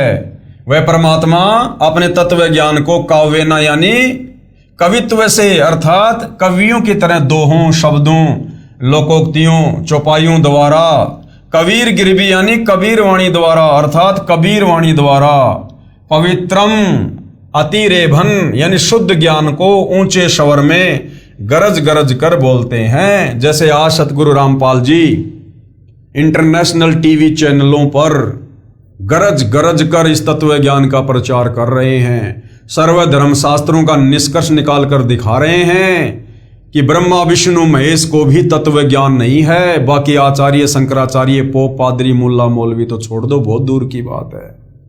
तो इसी प्रकार वो कबीर परमात्मा जब भी धरती पर आता है अपने तत्व ज्ञान का गरज गरज कर प्रचार करता है। वह कवि यानी कवि की तरह आचरण करने वाला कबीर देव संत रूप में प्रकट अमर परमात्मा होता है। आज संत रूप में प्रकट हैं कबीर भगवान सतगुरु रामपाल जी के रूप में। ऋग्वेद मंडल 9 सूक्त 96 मंत्र 17। अब विशेष क्या है, इस मंत्र के मूल पाठ में 2 बार कवि शब्द है। आर्य समाज के अनुवादकर्ताओं ने एक ही कवि का अर्थ नहीं किया है। क्यों नहीं किया? क्योंकि इनकी पोल पट्टी खुल जाती, क्योंकि इस मंत्र में परमात्मा जी ने अपना नाम बताया है, कवि, कबीर देव। विवेचन, यह ऋग्वेद मंडल 9 सूक्त 96 मंत्र 18 की फोटोकॉपी है, जिसका अनुवाद महर्षि दयानंद जी के अनुयायियों ने किया है। सार्वदेशिक आर्य प्रतिनिधि सभा दिल्ली द्वारा अनुवादित है। इस पर विवेचन करते हैं। इसके अनुवाद में भी बहुत सी गलतियां हैं जो आर्य समाज के आचार्यों ने की हैं, क्योंकि उनको तत्व ज्ञान नहीं था। हम संस्कृत भी समझ सकते हैं। विवेचन करता हूं तथा यथार्थ अनुवाद व भावार्थ स्पष्ट करता हूं। मंत्र 17 में कहा है कि ऋषि या संत रूप में प्रकट होकर परमात्मा अमृतवाणी अपने मुख कमल से बोलता है और उस ज्ञान को समझकर अनेकों अनुयायियों का समूह बन जाता है। जो वाणी परमात्मा तत्व ज्ञान की सुनाता है वे ऋषि रूप में प्रकट परमात्मा कृत हजारों वाणियां अर्थात कबीर वाणियां ऋषि स्वभाव वाले भक्तों के लिए आनंददायक होती हैं। कवित्व से दोहों चौपाइयों में वाणी बोलने के कारण वह परमात्मा प्रसिद्ध कवियों में से कवि की भी पदवी प्राप्त करता है। वह अमर परमात्मा सर्व की पालना की इच्छा करता हुआ प्रथम स्थिति में बड़ी पृथ्वी अर्थात ऊपर के लोकों में तीसरे धाम अर्थात सतलोक के तीसरे पृष्ठ पर तेजोमय शरीर युक्त गुम्मज में विराजमान है, वहां बैठा है। यही प्रमाण ऋग्वेद मंडल 9 सूक्त 54 मंत्र 3 में है कि परमात्मा सर्व लोकों के ऊपर के लोक में विराजमान है। एक लोक काल का 21 ब्रह्मांड, दूसरा लोक अक्षर पुरुष का सासंग ब्रह्मांड और तीसरा लोक है शतलोक। और शतलोक में भी 3 भाग हैं। उस तीसरे भाग में परमात्मा विराजमान है सिंहासन पर। विवेचन, ऋग्वेद मंडल 9 सूक्त 96 मंत्र 19 का भी आर्य समाज के विद्वानों ने ही अनुवाद किया है। इसमें भी बहुत सारी गलतियां हैं, क्योंकि उनको तत्व ज्ञान नहीं था। पुस्तक विस्तार के कारण केवल अपने मतलब की जानकारी प्राप्त करते हैं। इस मंत्र में चौथे धाम का वर्णन है, जो आप जी सृष्टि रचना में पढ़ेंगे उसमें पूर्ण जानकारी होगी। पढ़े इसी पुस्तक के पेज नंबर 389 पर। चौथा धाम यानी सतलोक, ऊपर के लोकों में जो अजरो अमर और जो अविनाशी लोक हैं, ऊपर के 4 लोक, उनमें सबसे पहले है सतलोक, दूसरे नंबर पे है अलख लोक, तीसरे नंबर पे है अगम लोक और चौथे नंबर पर है अनामी लोक। तो अनामी लोक में परमात्मा सिंहासन पर विराजमान रहते हैं। परमात्मा ने ऊपर के 4 लोक अजर अमर रचे हैं, यानी सतलोक से लेकर अनामी लोक है वो अजरो अमर है, वो कभी विनाश में नहीं आता और ना उन लोकों में रहने वाली आत्माएं कभी मरती हैं। नंबर 1 है अनामी लोक जो सबसे ऊपर है, नंबर 2 है अगम लोक, नंबर 3 है अलख लोक और चौथा है सतलोक। हम पृथ्वी लोक पर हैं, यानी हम काल के 21 ब्रह्मांड की इस पृथ्वी पर हैं। यहां से ऊपर के लोकों की गिनती करेंगे तो एक सतलोक है, दूसरा अलख लोक है, तीसरा अगम लोक, चौथा अनामी लोक गिना जाता है। वो चौथे धाम में बैठकर यानी अनामी लोक में बैठकर परमात्मा ने सर्व ब्रह्मांड व लोकों की रचना की थी सर्वप्रथम। शेष रचना सतलोक में बैठकर की थी। आर्य समाज के अनुवादकों ने तुरिया परमात्मा अर्थात चौथे परमात्मा का वर्णन किया है। ये चौथा धाम है, यानी अनामी लोक के विषय में चर्चा है। उसमें मूल पाठ मंत्र 19 का भावार्थ है कि तत्वदर्शी संत चौथे धाम तथा चौथे परमात्मा का भिन्न भिन्न वर्णन करता है, जो सतगुरु रामपाल जी ने सृष्टि रचना के माध्यम से किया है। पाठक जन कृपया पढ़ें सृष्टि रचना इसी पुस्तक के पेज नंबर 389 पर, जिससे आप जी को ज्ञान होगा कि लेखक यानी सतगुरु रामपाल जी ही वह तत्वदर्शी संत है जो तत्व ज्ञान से परिचित है, परिपूर्ण है। आगे देखिए भाई और बहनों, ये ऋग्वेद मंडल 9 सूक्त 96 मंत्र 20 है। इसका यथार्थ अनुवाद सतगुरु रामपाल जी कर रहे हैं। विवेचन, ऋग्वेद मंडल 9 सूक्त 96 मंत्र 20 का यथार्थ ज्ञान जानते हैं। इस मंत्र का अनुवाद महर्षि दयानंद के चेलों द्वारा किया गया है। इनका दृष्टिकोण ये रहा है कि परमात्मा निराकार है, क्योंकि तत्व ज्ञान के अभाव में, सृष्टि रचना के अभाव में इन्होंने परमात्मा को निराकार मान रखा है कि परमात्मा दिखाई नहीं देता, जबकि वेद गवाही दे रहे हैं परमात्मा साकार है। क्योंकि महर्षि दयानंद जी ने यह बात दृढ़ की है कि परमात्मा निराकार है अपने सत्यार्थ प्रकाश में। इसलिए अनुवादक ने सीधे मंत्र का अनुवाद घुमा फिरा कर दिया। अब महर्षि दयानंद जी ने क्या किया भाई और बहनों, वेद पढ़े बाद में और जल्दबाजी में उन्होंने महिमा के चक्कर में सत्यार्थ प्रकाश लिखकर समाज में बंटवा दी। और सत्यार्थ प्रकाश में लिख दिया कि परमात्मा पाप नाश नहीं कर सकता, परमात्मा दिखाई नहीं देता, परमात्मा निराकार है। और उसके बाद जब उन्होंने वेदों को पढ़ा तो वेद तो कह रहे हैं कि परमात्मा दिखाई देता है, परमात्मा साकार है, संत रूप में धरती पर चल के आता है, और चारों युगों में परमात्मा एक एक लीला शिशु रूप में धरती पर प्रकट होकर अपने ज्ञान प्रचार की करता है। परमात्मा घोर से घोर पापों का नाश करता है, राजा के समान वो दर्शनीय है। तीसरे धाम सतलोक में, रित धाम में वो सिंहासन पर बैठा है। तो बाद में दयानंद सरस्वती जी का सर घूम गया। अब उन्होंने सोचा मैं क्या करूं, अब वेदों में तो परमात्मा साकार लिखा है, नर रूप है, राजा के समान है, और मैंने पुस्तक में लिखकर समाज को बता दिया कि परमात्मा निराकार है। तो महर्षि दयानंद जी ने अपनी बेइज्जती से बचने के लिए भगत समाज को गुमराह कर दिया और अपने उस सत्यार्थ प्रकाश वाले अज्ञान को ऊपर रखने के दृष्टिकोण से इन वेद मंत्रों में हेरा फेरी कर दी, अर्थों का अनर्थ कर दिया, परमात्मा का नाम तक नहीं लिखा, और यहां भी घुमा फिरा के परमात्मा को निराकार साबित करने की कुछ चेष्टा की है। लेकिन भाई और बहनों, परमात्मा कहते हैं चोर चुरावे तू मड़ी, वो गाड्डे पानी मां, वह गाड्डे वह ऊपर आवे सच्चाई छानी ना। तो आज ये सच्चाई परम पूज्य सतगुरु रामपाल जी के प्रयासों से ऊपर आ चुकी है। जैसे मूल पाठ में लिखा है, मरियन शुभ्र है तनवा मरजान है, अत्ते है न शतवह सनहे धनानाम, वर्षे वह यूथा परी कोशम अर्शन है, कनी करदत है चमवो आविवेश। अनुवाद किया है, जैसे मनुष्य सुंदर वस्त्र धारण करता है, ऐसे परमात्मा मनुष्य के समान सुंदर शरीर धारण करके अत्यंत गति से चलता हुआ भक्ति धन के धनियों अर्थात पुण्य आत्माओं को प्राप्ति के लिए आता है। जैसे एक समुदाय को उसका सेनापति प्राप्त होता है, ऐसे वह परमात्मा संत व ऋषि रूप में प्रकट होता है तो उसके बहुत संख्या में अनुयायी बन जाते हैं, और परमात्मा उनका गुरु रूप में मुखिया होता है। वह परमात्मा प्रथम ब्रह्मांड में प्राप्त होकर अर्थात आकर ऊंचे स्वर में सत्य ज्ञान उच्चारण करता हुआ पृथ्वी खंड में प्रविष्ट होता है।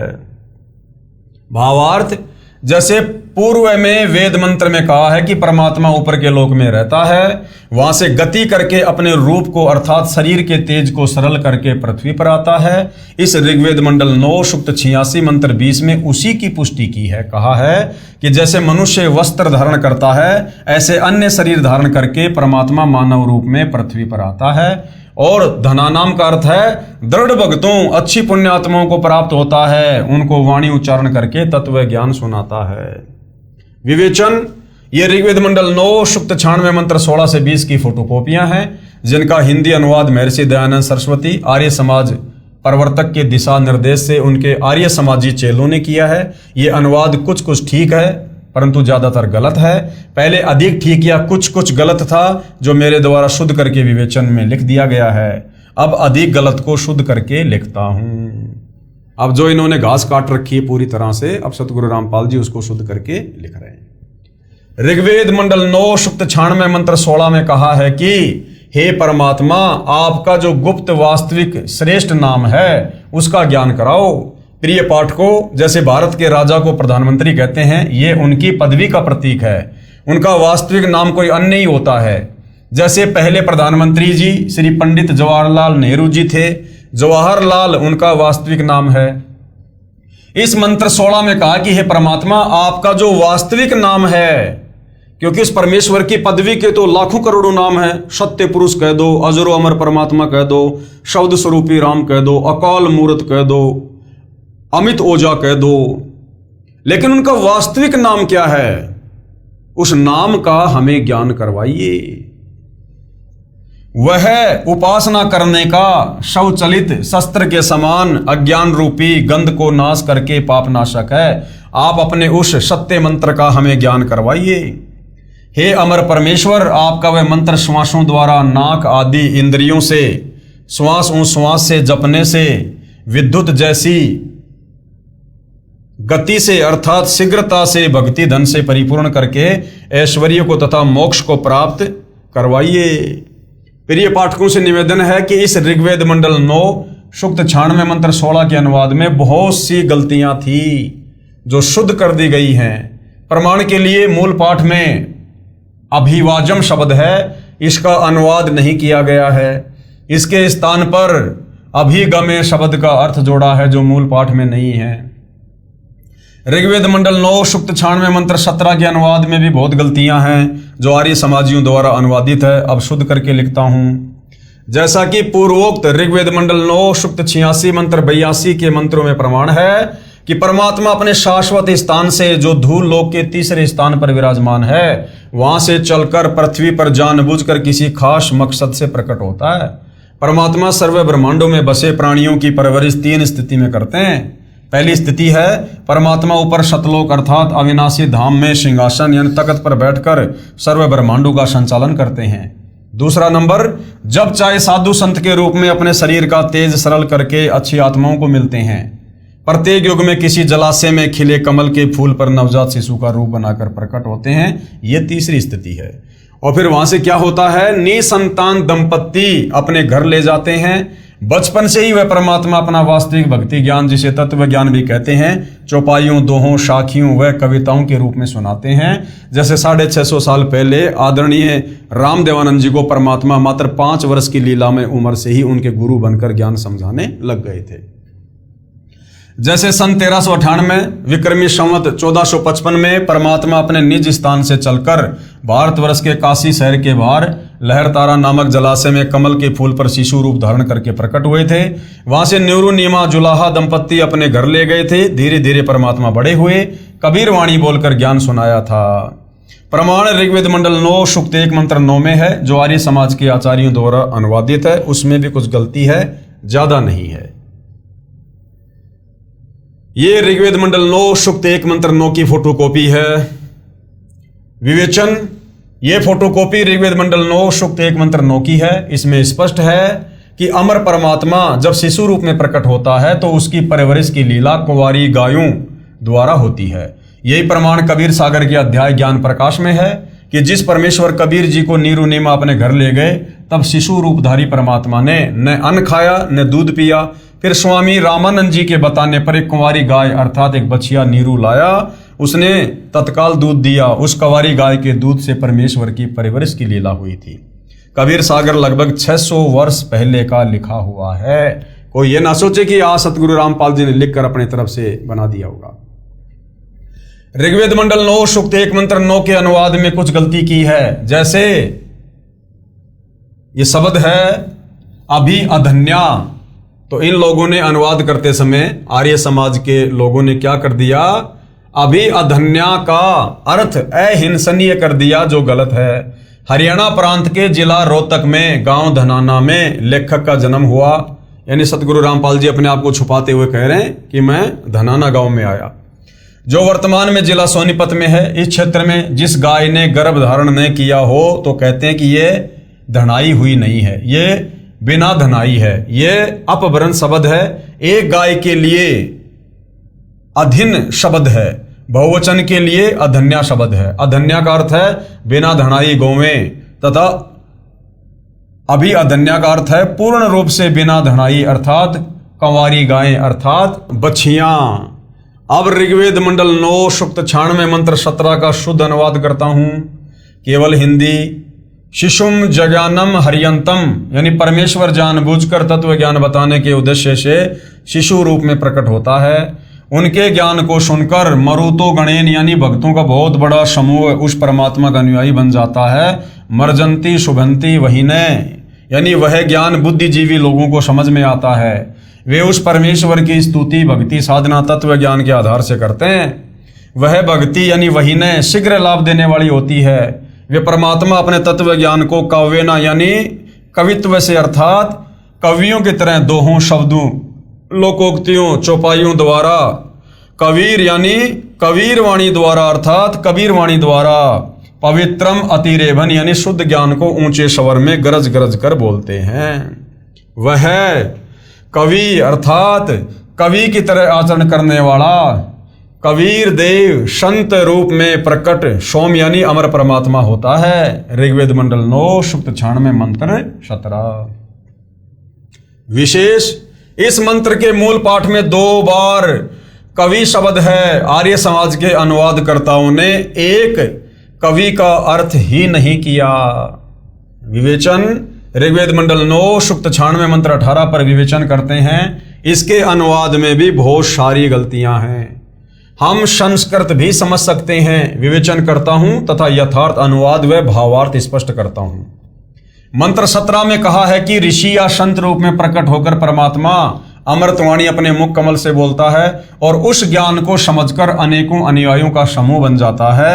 जो वाणी परमात्मा तत्व ज्ञान की सुनाता है वे ऋषि कृत्यम अर्थात ऋषि रूप में प्रकट परमात्मा कृत सहस्रणित है यानी हजारों वाणियां अर्थात कबीर वाणियां ऋषि मना यानी ऋषि स्वभाव वाले भक्तों के लिए सर्वर्षा यानी आनंददायक होती हैं। कवि नाम पदवी यानी कवित्व से दोहों चौपाइयों में वाणी बोलने के कारण वह परमात्मा कवियों में से एक प्रसिद्ध कवि की पदवी भी प्राप्त करता है। वह सोम यानी अमर परमात्मा शिशासन अर्थात सर्व की पालन की इच्छा करता हुआ प्रथम स्थिति में महिषे यानी बड़ी पृथ्वी अर्थात ऊपर के लोकों में यानी तृतीयम धाम तीसरे धाम अर्थात सतलोक के तीसरे पृष्ठ पर अनुराजित यानी तेजोमय शरीर युक्त स्तूप यानी गुम्मज में विराजम यानी विराजमान है, वहां बैठा है। यही प्रमाण ऋग्वेद मंडल 9 सूक्त 54 मंत्र 3 में भी है कि परमात्मा सर्व लोकों के ऊपर के लोक में विराजमान है। तिष्ठति यानी बैठा है।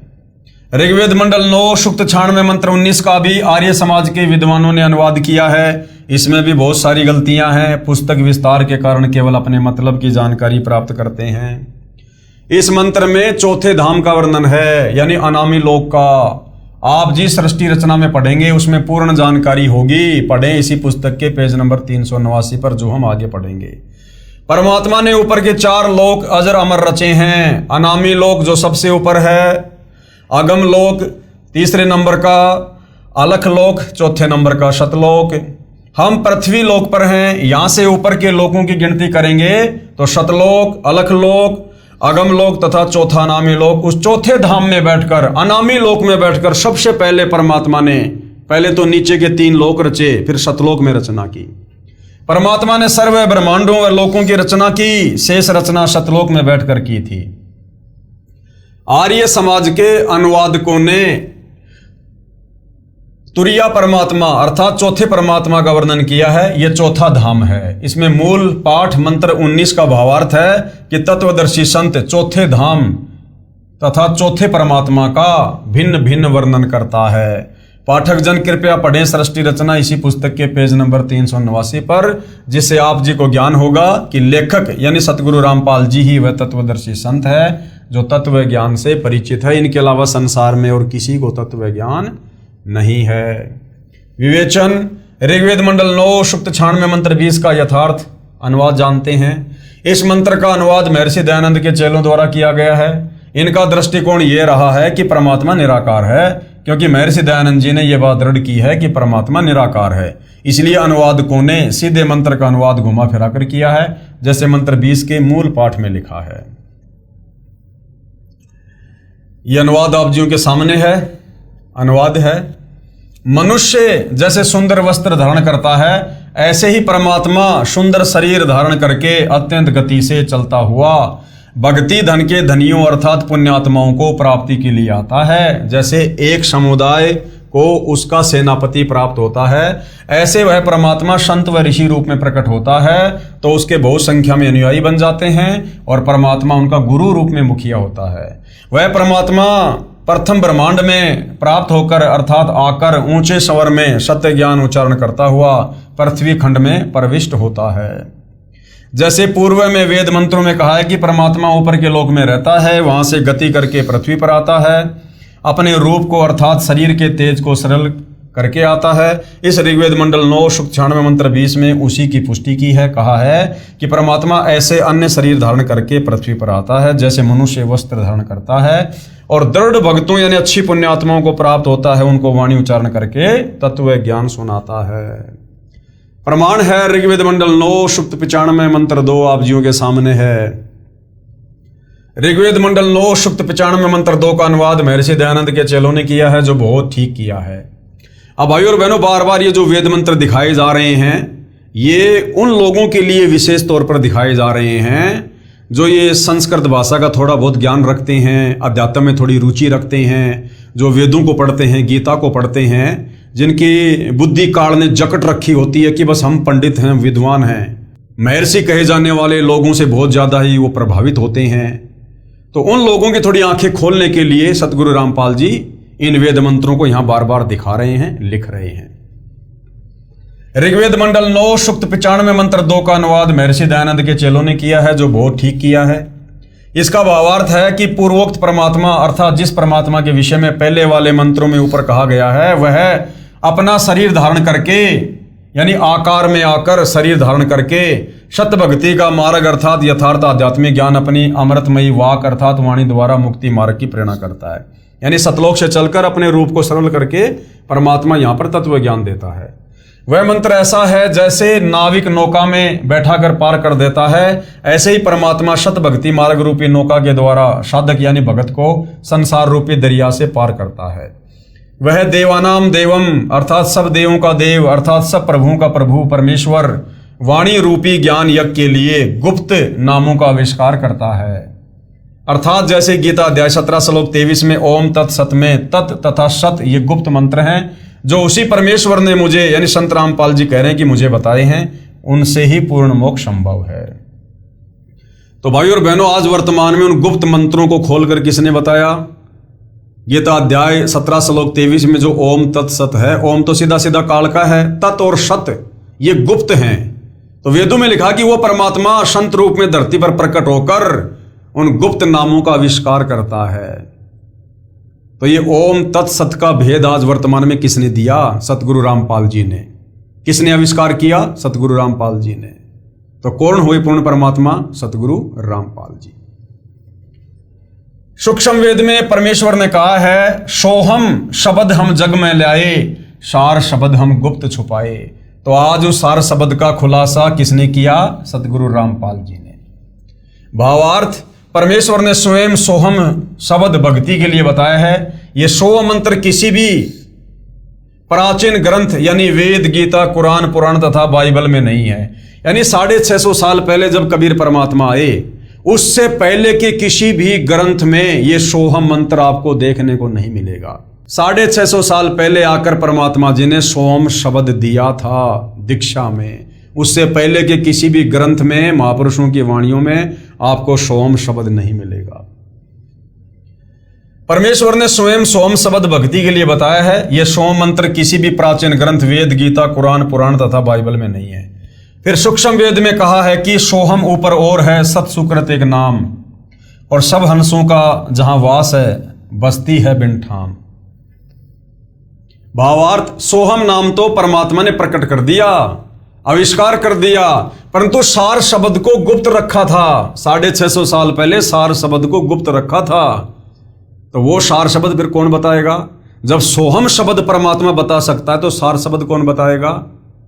तो आज वो सार शब्द कौन बता रहा है? सतगुरु रामपाल जी। तो कौन हुए सतगुरु रामपाल जी? स्वयं परम अक्षर ब्रह्म कबीर भगवान। अब मुझे यानी लेखक को सतगुरु रामपाल जी को बताया है, जो साधकों को दीक्षा के समय बताया जाता है। इसका गीता अध्याय 17 श्लोक 23 में कहे ओम तत्सत से संबंध है। प्रमाण ऋग्वेद मंडल 9 सूक्त 94 मंत्र 1, ये मंत्र आप जियों के सामने है। विवेचन, ऋग्वेद मंडल 9 सूक्त 94 मंत्र 1 का अनुवाद भी आर्य समाज के विद्वानों द्वारा किया गया है। पुस्तक विस्तार को ध्यान में रखते हुए उन्हीं के अनुवाद से अपना मत सिद्ध करते हैं। जैसे पूर्व में लिखे वेद मंत्रों में बताया गया है कि परमात्मा अपने मुख कमल से वाणी उच्चारण करके तत्व ज्ञान बोलता है। लोकोक्तियों के माध्यम से आज सतगुरु रामपाल जी अपने मुख कमल से ही तो बोल रहे हैं, वेदों में यही तो लिखा है। कवित्व से दोहों, शब्दों, साखियों, चौपाइयों के द्वारा वाणी बोलने से प्रसिद्ध कवियों में से भी एक कवि की उपाधि प्राप्त करता है। उसका नाम कबीर देव अर्थात कबीर साहिब है।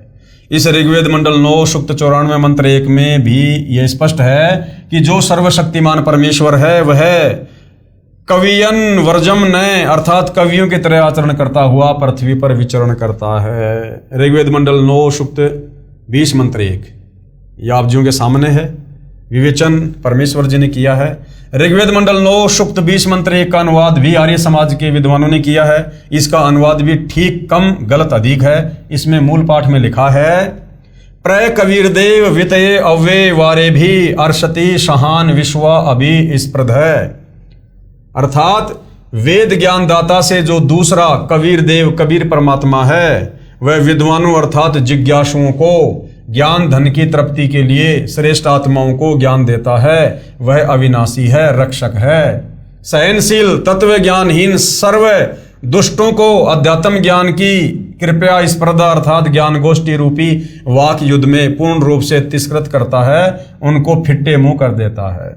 यानी ज्ञान चर्चा में कोई उसके सामने टिक नहीं पाता है, सबको फिट्टे मुंह कर देता परमात्मा जब तत्वदर्शी संत के रूप में आता है।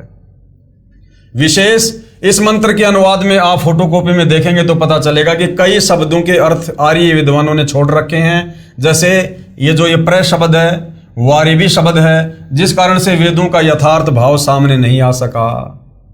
मेरे अनुवाद से स्पष्ट है कि वह परमात्मा अच्छी आत्माओं यानी दृढ़ भक्तों को ज्ञान देता है। उसका नाम भी लिखा है कबीर देव, हम कबीर परमेश्वर जी कह देते हैं। प्रमाण ऋग्वेद मंडल 9 सूक्त 54 मंत्र 3 है, आप जियों के सामने है। विवेचन है ऋग्वेद मंडल 9 सूक्त 54 मंत्र 3 की फोटोकॉपी में आप देखिए।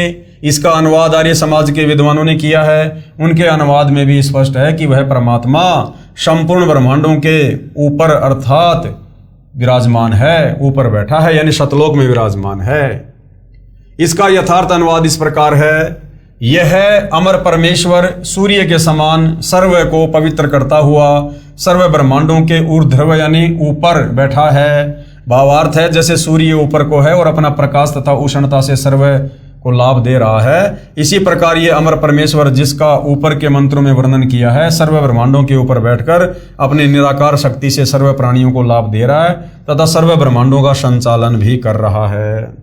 तर्क दिया है यहाँ पर महर्षि दयानंद का अर्थात आर्य समाजियों का मत है कि परमात्मा किसी एक स्थान पर किसी लोक विशेष में नहीं रहता। प्रमाण सत्यार्थ प्रकाश समोल्लास यानी चैप्टर नंबर 7 पेज नंबर 148 पर आर्य साहित्य प्रचार ट्रस्ट 427 गली मंदिर वाली नया बांस दिल्ली 78वां संस्करण। इसमें क्या लिखा है? किसी ने प्रश्न किया ईश्वर व्यापक है व किसी देश विशेष में रहता है? उत्तर दिया महर्षि दयानंद जी ने व्यापक है क्योंकि जो एक देश में रहता तो सर्व अंतर्यामी सर्वज्ञ सर्वनियंता सबका सृष्टा सबका धर्ता और प्रलय करता नहीं हो सकता। यानी अगर परमात्मा एक जगह बैठेगा तो वो सारी सृष्टि को नहीं चला सकता। अप्रपात देश में कर्ता की क्रिया का होना असंभव है। सत्यार्थ प्रकाश का लेख समाप्त। और वेद क्या कह रहे हैं? महर्षि दयानंद जी नहीं मानते थे कि परमात्मा किसी देश अर्थात स्थान विशेष पर रहता है। महर्षि दयानंद जी वेद ज्ञान को सत्य ज्ञान मानते थे और वेदों में लिखा है परमात्मा एक देश में रहता है, सतलोक में रहता है, वहां से गति करके आता है। आप जिन्हें अनेकों वेद मंत्रों में अपनी आंखों पढ़ा कि परमेश्वर ऊपर एक स्थान पर रहता है, वहां से गति करके यहां भी प्रकट होता है। महर्षि दयानंद तथा आर्य समाजी परमात्मा को निराकार मानते हैं। इसका प्रमाण कहाँ है? सत्यार्थ प्रकाश के समोल्लास नंबर 9 पेज नंबर 176, समोल्लास 7 पेज 149, समोल्लास 11 पेज 251 पर कहा है कि परमात्मा निराकार है यानी दिखाई नहीं देता।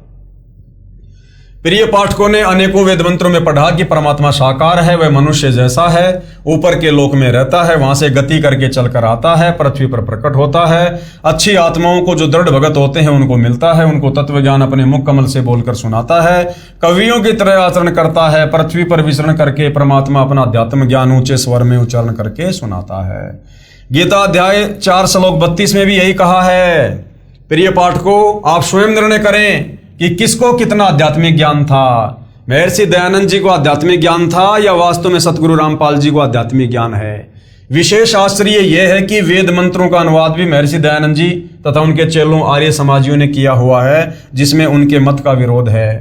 यानी सत्यार्थ प्रकाश में तो लिखा है कि परमात्मा निराकार है, पाप नाश नहीं करता, किसी एक देश में नहीं रहता, ये एक लोक में नहीं रहता। और वेद कह रहे हैं परमात्मा साकार है, निराकार है, वहां से चल के आता है, घोर से घोर पापों का नाश करता है। और धूलोक के तीसरे पृष्ठ यानी सतलोक के तीसरे पोर्शन में राजा की तरह सिंहासन पर विराजमान है। निवेदन कर रहे हैं सतगुरु रामपाल जी, वेद मंत्रों की फोटोकॉपियां लगाने का उद्देश्य यह है कि यदि मैं यानी लेखक सतगुरु रामपाल जी अनुवाद करके पुस्तक में लगाता तो अन्य व्यक्ति ये कह देते कि संत रामपाल जी को संस्कृत भाषा का ज्ञान नहीं है, इसलिए इनके अनुवाद पर विश्वास नहीं किया जा सकता। अब यह शंका उत्पन्न ही नहीं हो सकती, अब तो यह दृढ़ता आएगी कि संत रामपाल जी ने तो वेद मंत्रों का अनुवाद किया है, वह यथार्थ है। यथार्थ कबीर प्राकाट्य प्रकरण यानी वो सच्चाई जो कबीर परमात्मा 650 साल पहले बनारस के काशी में लहतारा तालाब पर कमल के विकसित फूल पर शिशु रूप में प्रकट हुए थे। कबीर साहिब चारों युगों में आते हैं। अब सत्यनारायण कथा, अमर कथा, कबीर परमेश्वर जी की महिमा का वर्णन है आगे कि कबीर परमात्मा चारों युगों में प्रकट होते हैं, पृथ्वी पर सतलोक से चलकर आते हैं, सहशरीर शिशु रूप में प्रकट होते हैं, तत्व ज्ञान का कबीर वाणियों द्वारा गरज गरज कर उच्चारण करके प्रचार करते हैं। तो भाइयों और बहनों, सतगुरु रामपाल जी ने जनता की अदालत में, जनता के सामने सर्व धर्मशास्त्रों को जिनको वो प्रमाणित मानते हैं दिखा दिखा कर क्लियर कर दिया कि परमात्मा का नाम कबीर है, वो सहशरीर है, सतलोक में रहता है, अच्छी आत्माओं को धरती पर आकर मिलता है, उनको तत्व ज्ञान देता है, घोर से घोर पापों का नाश करता है। और उसी परमात्मा की महिमा चारों वेद गा रहे हैं, गीता जी गा रही हैं, और उसी परमात्मा की सत भक्ति यानी शास्त्र अनुकूल साधना करने से ही हमें मोक्ष मिलेगा। और वो शास्त्र अनुकूल साधना वो परमात्मा खुद गीता अध्याय 4 श्लोक 34 के अनुसार तत्वदर्शी संत के रूप में धरती पर प्रकट होकर स्वयं ही देता है। तो क्लियर हो गया कि वो कबीर भगवान आज धरती पर सतगुरु रामपाल जी हैं। तो भाइयों और बहनों, कबीर परमात्मा चारों युगों में आते हैं और इस कलयुग में लगभग 650 साल पहले वो कबीर नाम से प्रकट हुए। और किस प्रकार से उन्होंने क्या क्या लीला की, किस प्रकार से उनकी बाल्यकाल में लीलामय तरीके से परवरिश हुई, इन तमाम जानकारियों को हम अगले एपिसोड में समझेंगे। तब तक पूज्य गुरुदेव भगवान हम सबको आज्ञा दें, आशीर्वाद दें, सद्बुद्धि दें, हमारा मार्गदर्शन करें। बंदी छोड़ सतगुरु रामपाल जी परमेश्वर जी की जय हो।